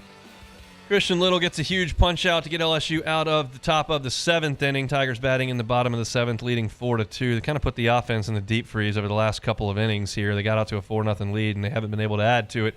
Trying to steer it to the finish line. Christian Little in the game, and Griffin Herring is warming and available, so we'll see if LSU can win Game 2 against Ole Miss. Let's talk some Saints. To do that, we bring in our guy Ross Jackson from Locked On Saints. He joins us on the Jim's Firearms Hotline. Ross, we appreciate the time. How are you? Hey, buddy. Doing great. Thanks for having me on. Absolutely. It is our pleasure. Let's talk about the schedule release and what your reaction was as you saw it in its entirety. Yeah, I mean, it's an interesting schedule, to be sure. I think, that's not the most engaging schedule in terms of national presence. or anything like that. But I think in terms of what the Saints are looking to do this season and what they need to be able to pull out this season, I think that seeing the sort of top half of the schedule heavily loaded with complicated opponents, more challenging opponents like the Dallas Cowboys, the Philadelphia Eagles, Kansas City Chiefs, and Los Angeles Chargers that throw in there as well. And then kind of that back half of the schedule being a little bit more manageable kind of puts them in position to at least like be in competition, especially if they can get off to a fast start, but then also be able to have better control over what it is that they, are looking to do at the end of the season. We've seen a lot of times over the course of the past couple of years, this team have to wait around to see if another team can win them into the playoffs. They have a lot of NFC opponents post that Week 12 bye week, and that gives them a real opportunity to kind of be able to put themselves in position to be able to take advantage and stamp their own ticket to the postseason if they're in that conversation at that point. Let's talk about the NFC South. We'll go team by team. Are you buying what Tampa did last year is replicable a year later? I think you kind of have to take it at face value in terms of if they did it once, they can do it again. But, we know how it goes in the NFL. One of the hardest things to do when you have a successful season is repeat a successful season. It's why we see year in and year out so many teams that make the playoffs not be able to get back to the playoffs the next year, so on and so forth. I think that those types of things are kind of there in terms of what their concerns are. But, look, in terms of what they were able to put together on their offense, the way that they built their defense, the way that they were able to retain talent, I think there's enough there for you to look at and say, hey, this team has an opportunity to be able to get back to the playoffs. But am I buying 100% that that's going to happen? No, not necessarily. We'll have to see if they can prove it and actually replicate it for a second year in a row. Does Kirk Cousins in Atlanta mean that they're the favorites in the division to you? To me, yeah, I would think so. I mean, they're the team right now that probably has the least amount of leap that has to be made by adding him in. And I think that a big part of, what you're looking at with New Orleans is going to be mostly all around, are they going to be able to get into their new system? And that's kind of similar to what the Saints are dealing with here in 2024 as well. I think they're kind of in the same vein, but I think most people are probably going to be able to say, okay, well, we saw what the Saints were in 2023. We saw what Tampa was in 2023. Atlanta's new and shiny, and so that's probably what's going to make them a little bit more of a heavy favorite. And then Carolina, are they still a mess in your eyes? Yeah, absolutely. I mean, look, I like Dave Canales in terms of what they're able to kind of potentially do with him and the way that he's able to work out. But, it was cool what he was able to do with Baker Mayfield, but Baker Mayfield also had Mike Evans and Chris Godwin, right? They had like a good defense, all those other things. You don't really have that in Carolina. You traded away the division's best player in Brian Burns for, a second and a fifth round pick. So I think that those things are going to be pretty complicated nonetheless for them. And we still don't know if Bryce Young is going to work out, but outside of that, I think there's a lot of questions that still have to be answered for them. And that's who the Saints will get first. That feels like an important game for New Orleans to get. It's at home. It's against the team that should be the worst in your division. Before you get to that gauntlet, the Saints really need to take care of business in Week 1. As you look at the Saints offseason kind of in its entirety, big picture, how do you feel about what they've done? I think it was a lot of maintaining and kind of, checking out what they were able to do in terms of additions or changes when it comes to their coaching staff. I think that ends up being a big piece for them. That ends up being a big piece for them with the way that I look at it is that in 2023, they made a lot of changes to their roster. In 2024, they're making all these changes to their coaching staff. And so we'll just have to see if the two-step process actually works out for them. If the two-step process works out for them, then they're golden, but we just don't know that yet. Do you expect for Joe Fan to sit down that first Sunday against Carolina and will notice the offense is different? Say that one more time for me, I'm sorry? Do you think that Joe Fan is going to be able to sit there and watch Week 1 against Carolina and notice that the offense is very, very different? Yeah, I don't know. That is an interesting question. I'm not sure. I mean, that's going to be a tough one to be able to kind of measure just in terms of, where that offense is actually going to be able to go. I don't know how much they're going to be able to kick it into gear quickly with the young quarterback there and all those other pieces, right? There's so many of those, and then there's not really a lot of retention going on there too. So I think it might look different because of its attrition as opposed to its system. And so maybe that's where it looks different. But then what you're hoping for them is that over the course of over the entire season or the next couple of seasons, that they're kind of putting together something there soon. But yeah, I think at this point, maybe you're looking for building blocks at the absolute best.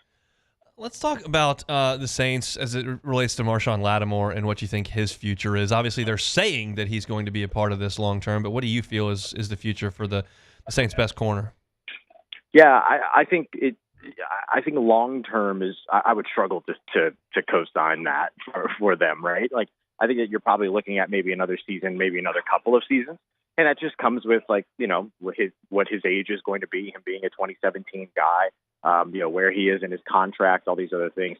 So I would probably look at him as being a player that if he's around in 2024, which it seems that all signs are kind of pointing in that direction, but that, it could be a situation where we might be having this conversation yet again in the 2025 offseason. So I think it's going to be interesting to watch. And I think that maybe how the Saints manage and deal with Paulson Adebo's contract here over the course of this offseason or getting into the season might also give us a greater indication of what that potentially means for Marshall Lattimore moving forward as well. The narrative seems to be shifting over the last 3 weeks on Ryan Ramczyk and his future. Are you now sensing that he probably won't play this coming season?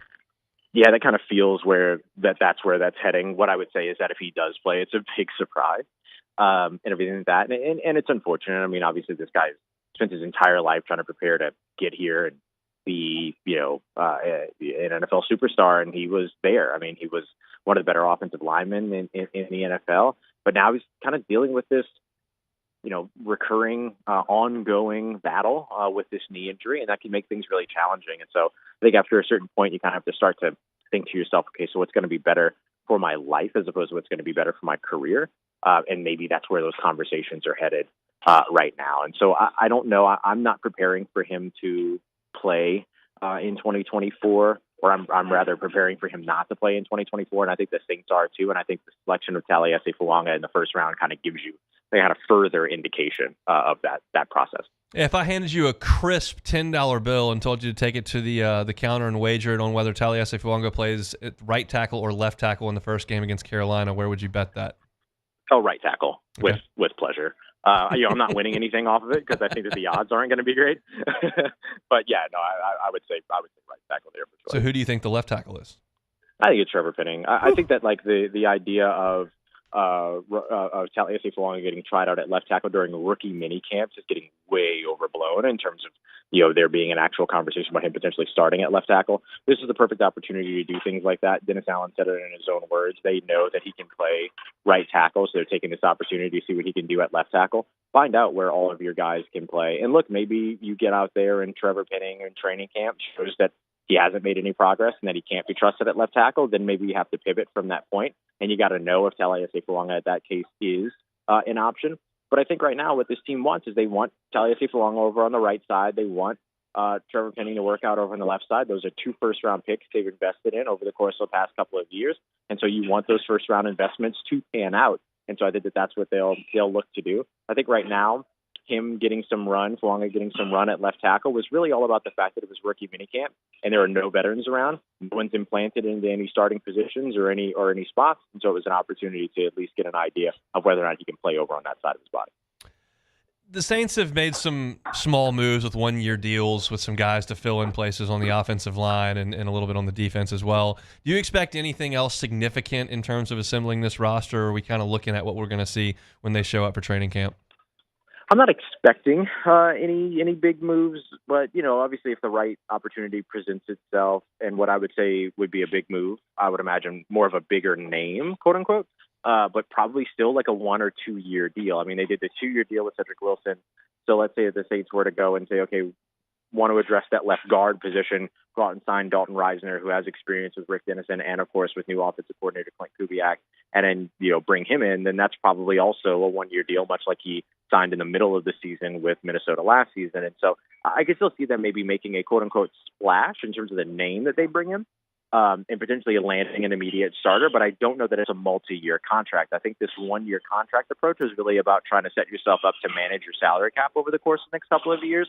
And I would see them probably continuing that trade, that sort of trend, rather, if they continue to sign free agents this offseason.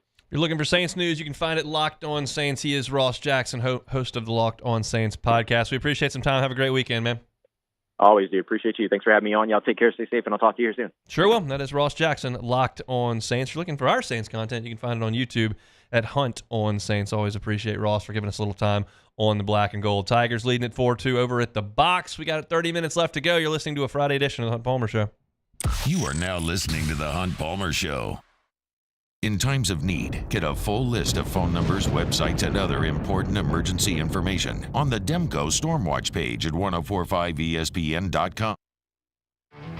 There it is, the extra mile, on the border of expected and extraordinary, for those willing to go further, like vans customized for work or play, with safety and tech to keep you connected. Supported by a 5-star sales, service, and finance team, and backed by the 1-star you know. So go the extra mile. It's never crowded, because so few have what it takes to go there. Mercedes-Benz Vans. When things heat up, you don't just want a cold one. You want the coldest one. The cold lagered, cold filtered, cold packaged one. Mountain Cold Refreshment. Coors Light. Choose chill.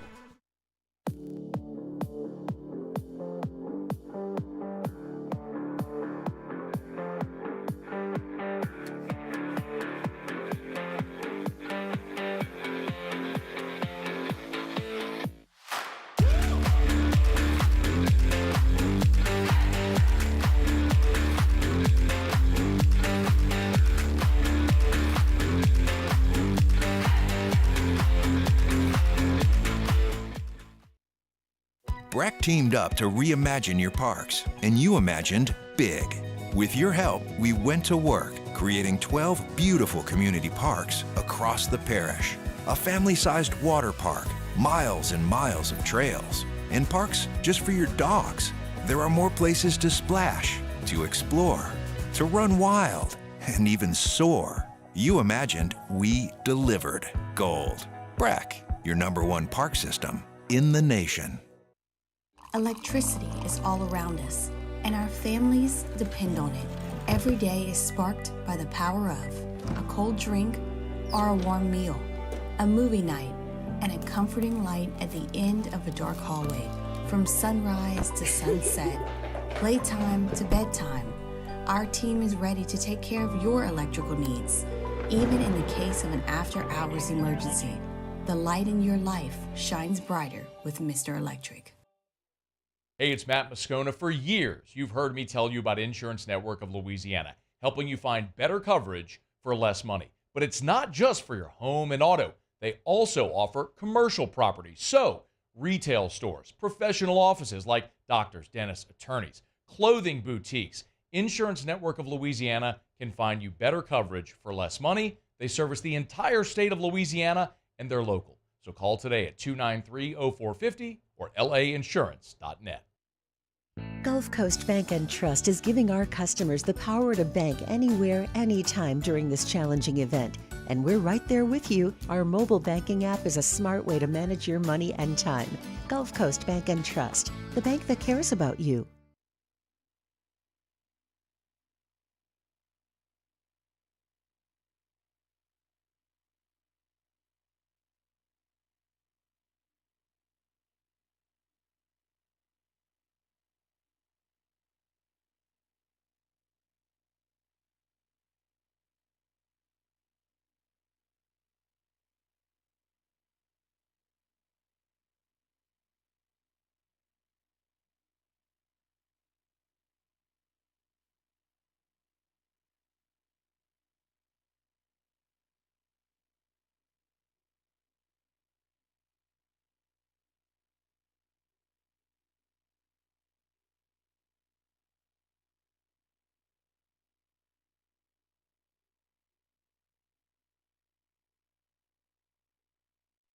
Hannigruff, join us for the Monday edition of Live at Lunch from the Queen Casino, downtown Baton Rouge. We'll take a look back at LSU's baseball weekend as well as a PGA championship and get you ready for the SEC tournament. Live at Lunch from the Queen, 11 a.m. Monday on 104.5 ESPN Baton Rouge.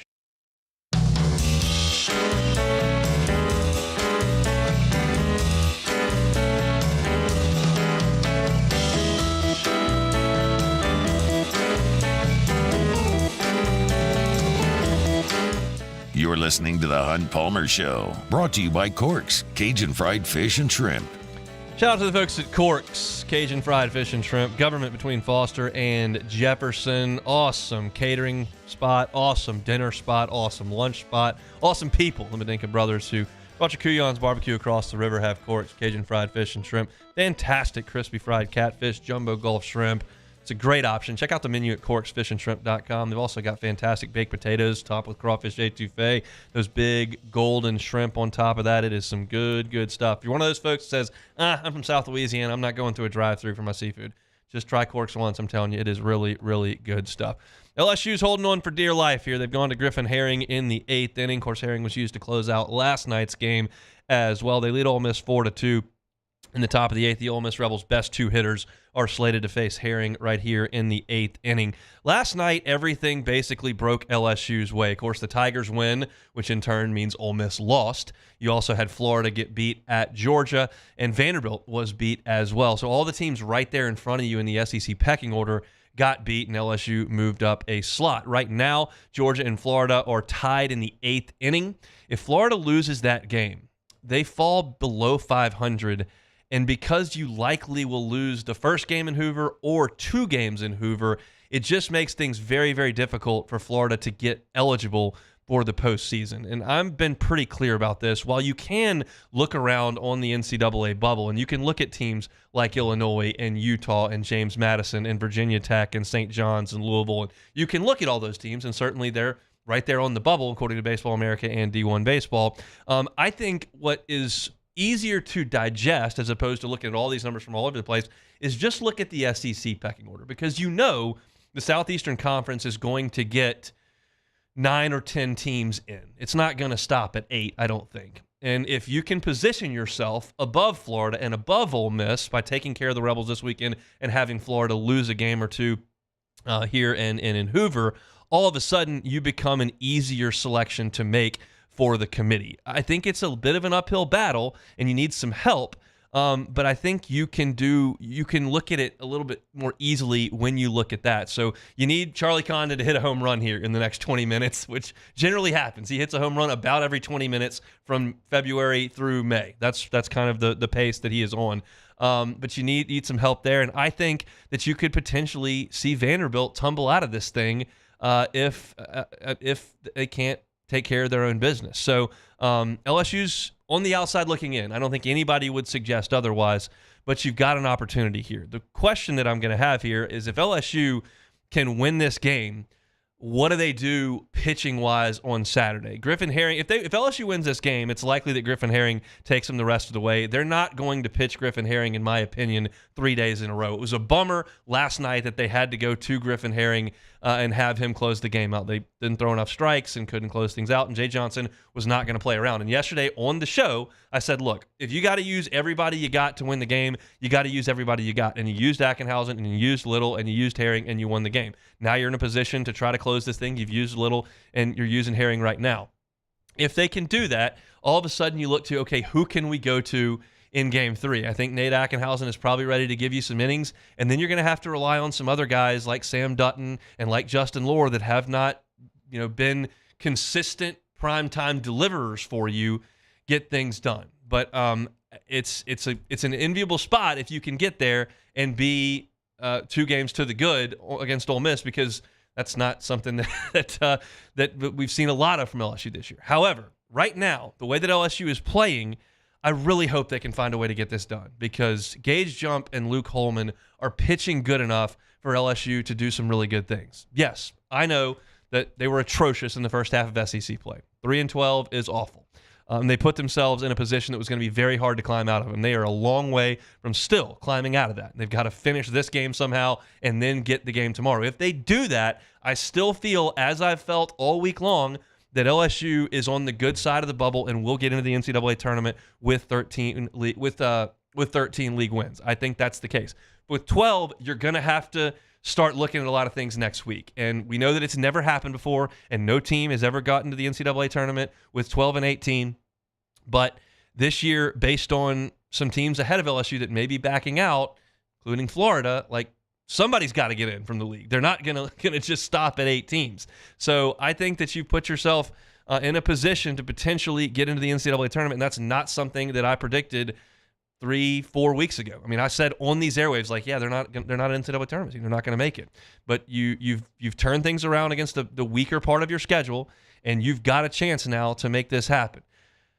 Unfortunately, to make it happen, you've simply got to do something that you've been awful at for not just 9 weeks, for 10 weeks, going back to the week before SEC play started when you lost on Sunday. You add that one in, they are 1-9 in their last 10 game threes.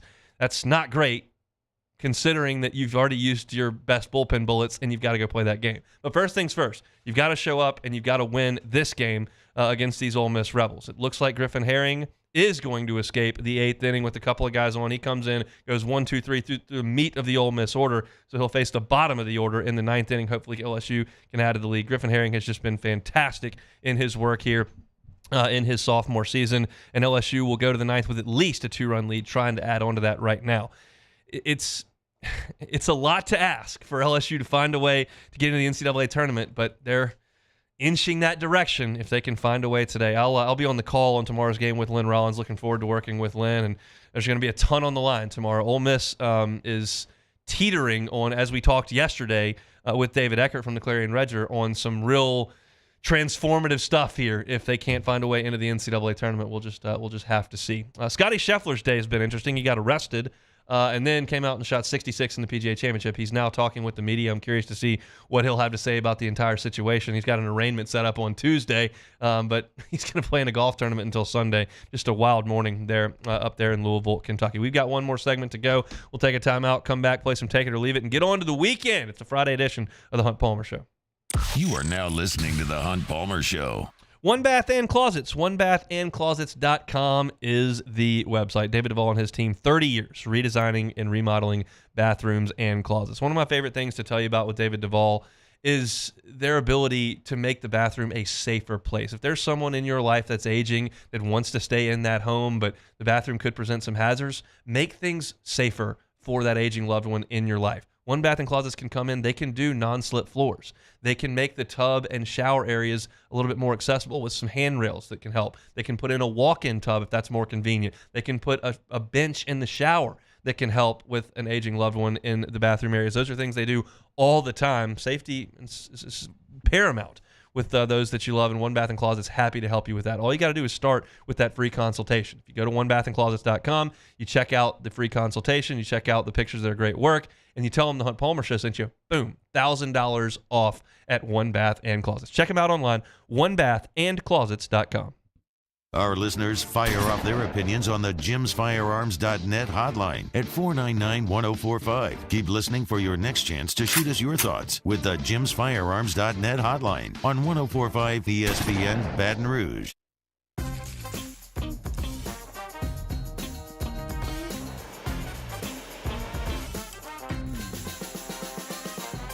The best kept secret in town is out. Discover Tallulah at the Renaissance Hotel on Bluebonnet.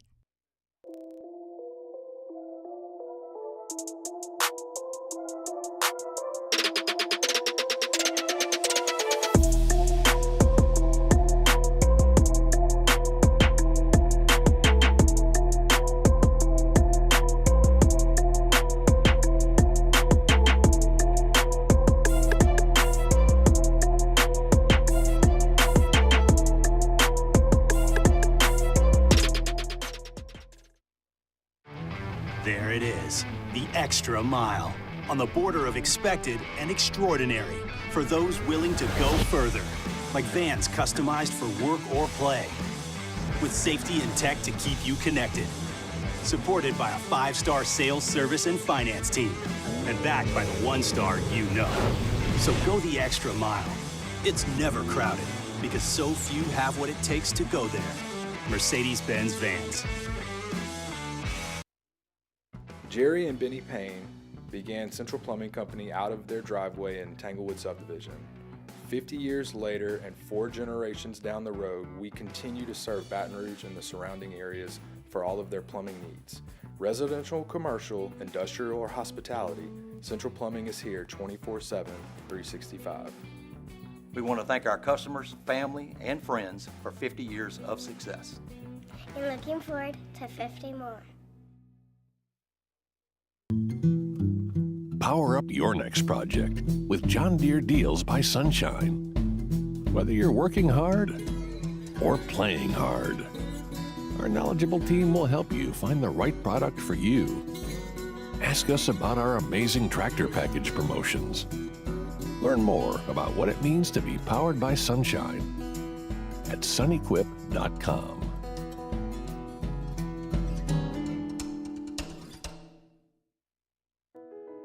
I've been doing business with Luba for 25 years. They're dependable, trustworthy. It's just the attention to detail with our clients. Our folks have years and years of experience. They're highly trained professionals, but many companies have that asset.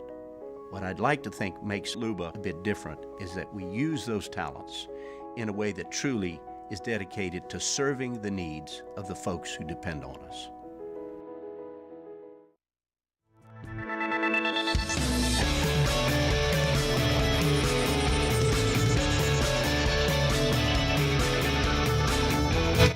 Moscona inviting you to join us for Friday's AFR, presented by Don Juan Cigar Bar. The Riot Radio Hours return. Recap Game 1 of LSU Ole Miss. Get you set for the rest of the weekend. Join us 3 to 6, 104.5 ESPN Baton Rouge.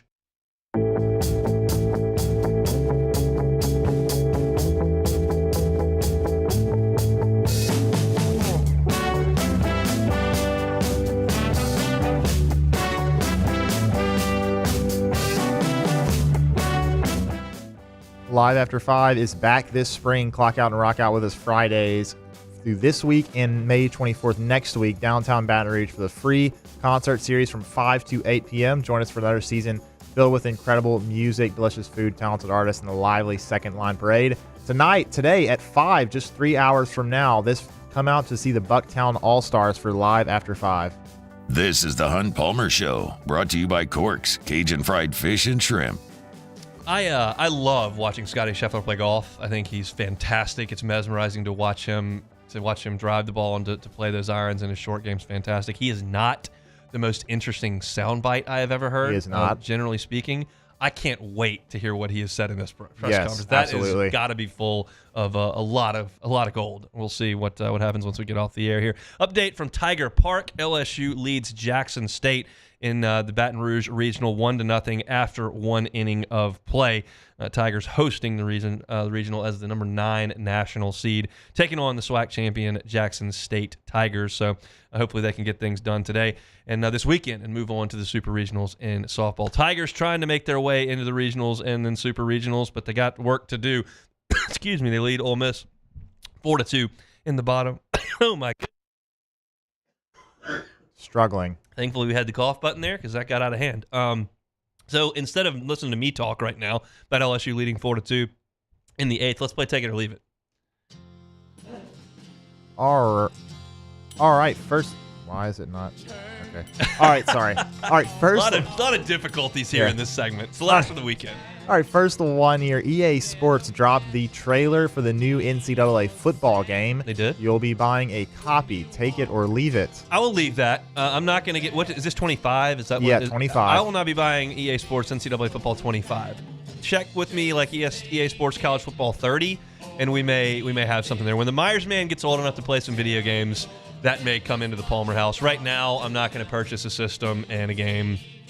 Just not going to happen. But I do love the game. I spent hours and hours and hours and hours playing it growing up. I always went and bought it the first day you could find it in the summer. That was a huge day. I remember one time we came home from vacation, and I made my dad stop on the way home from the airport on the first day to go get the game. You've got a good dad then if he was willing to do that. That's a little bit of spoiled kid stuff, but I appreciate that, and I probably played it all night that night. So yeah, I'm not going to get this one, but I will eventually. Your thoughts on that? Yeah, I will not be getting it because I don't have either. It's only going to be on consoles. I have a computer, and I play games on my computer. It will not be on PC, so I will not be able to play it. I'm not going to go buy a new console just so I can play this game, unfortunately. Well, so I'm out of the video game loop. I was very much in from like 1995 through 2011. I was very much in. Okay. I'm out now. So what you can play on your computer now? Oh, well, you've always been able to. They've had games on PC for a long time.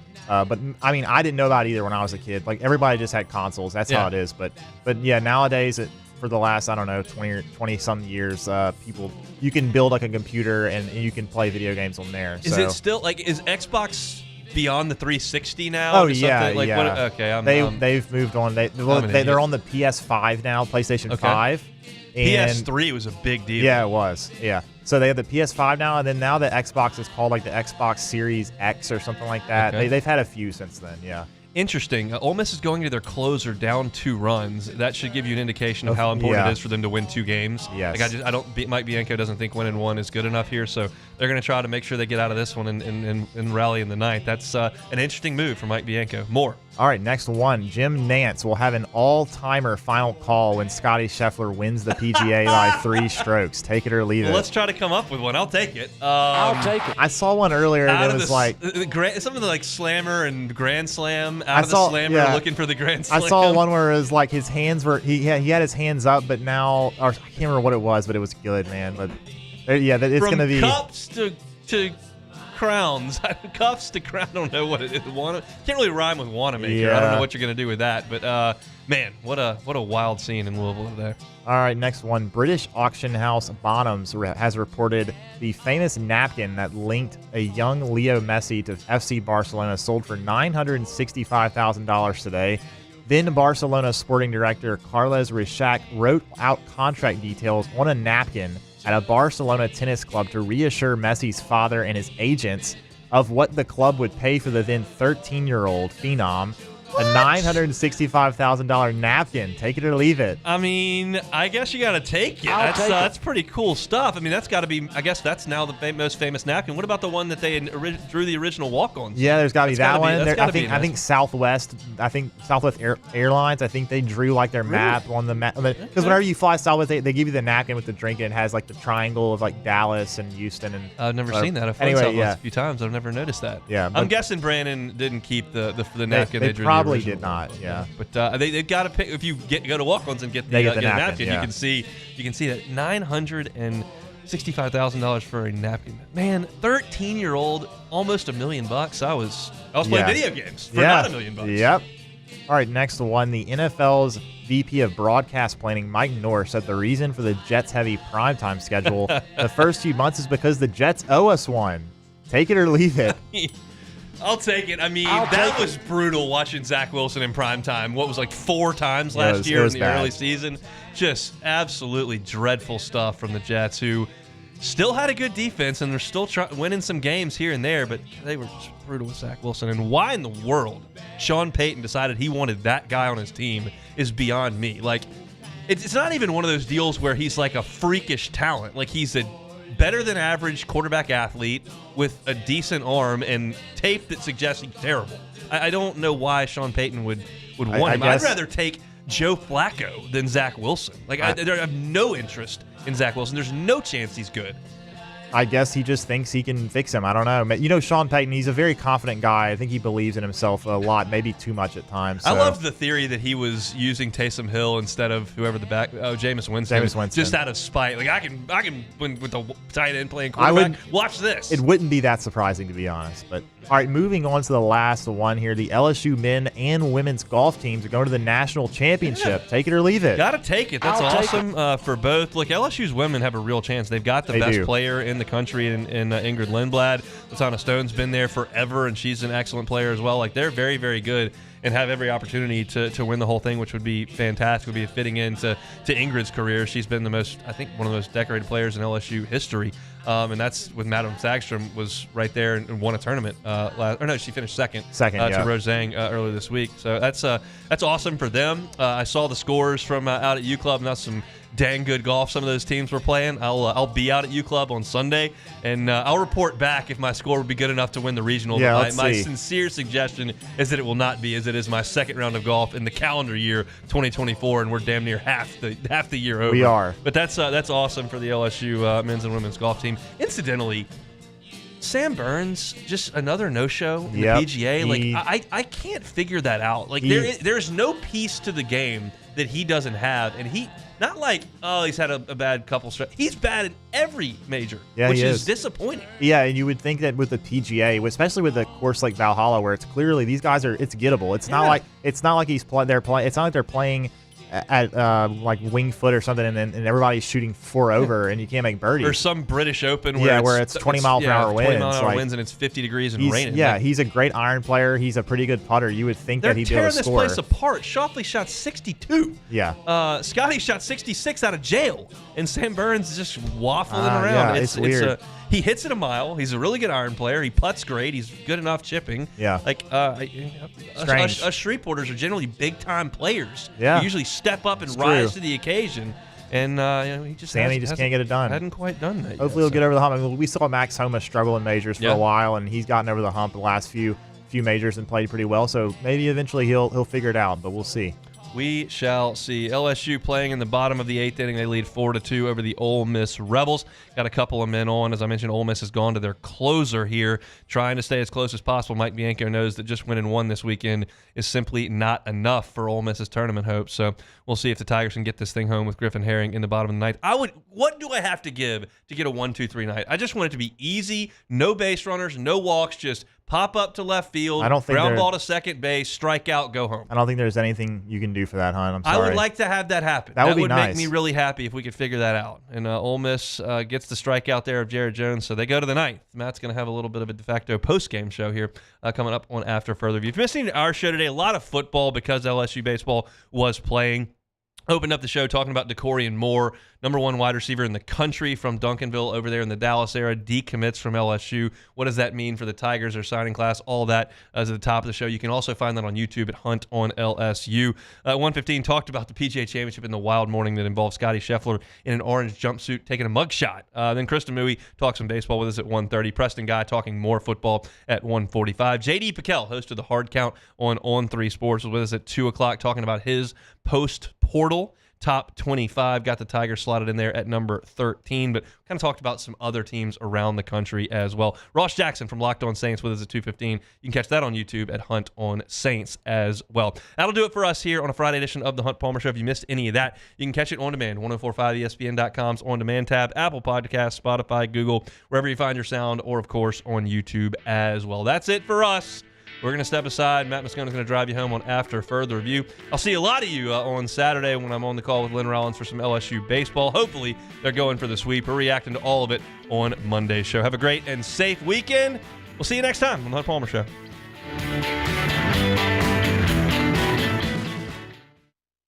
Gulf Coast Bank and Trust is giving our customers the power to bank anywhere, anytime during this challenging event. And we're right there with you. Our mobile banking app is a smart way to manage your money and time. Gulf Coast Bank and Trust, the bank that cares about you.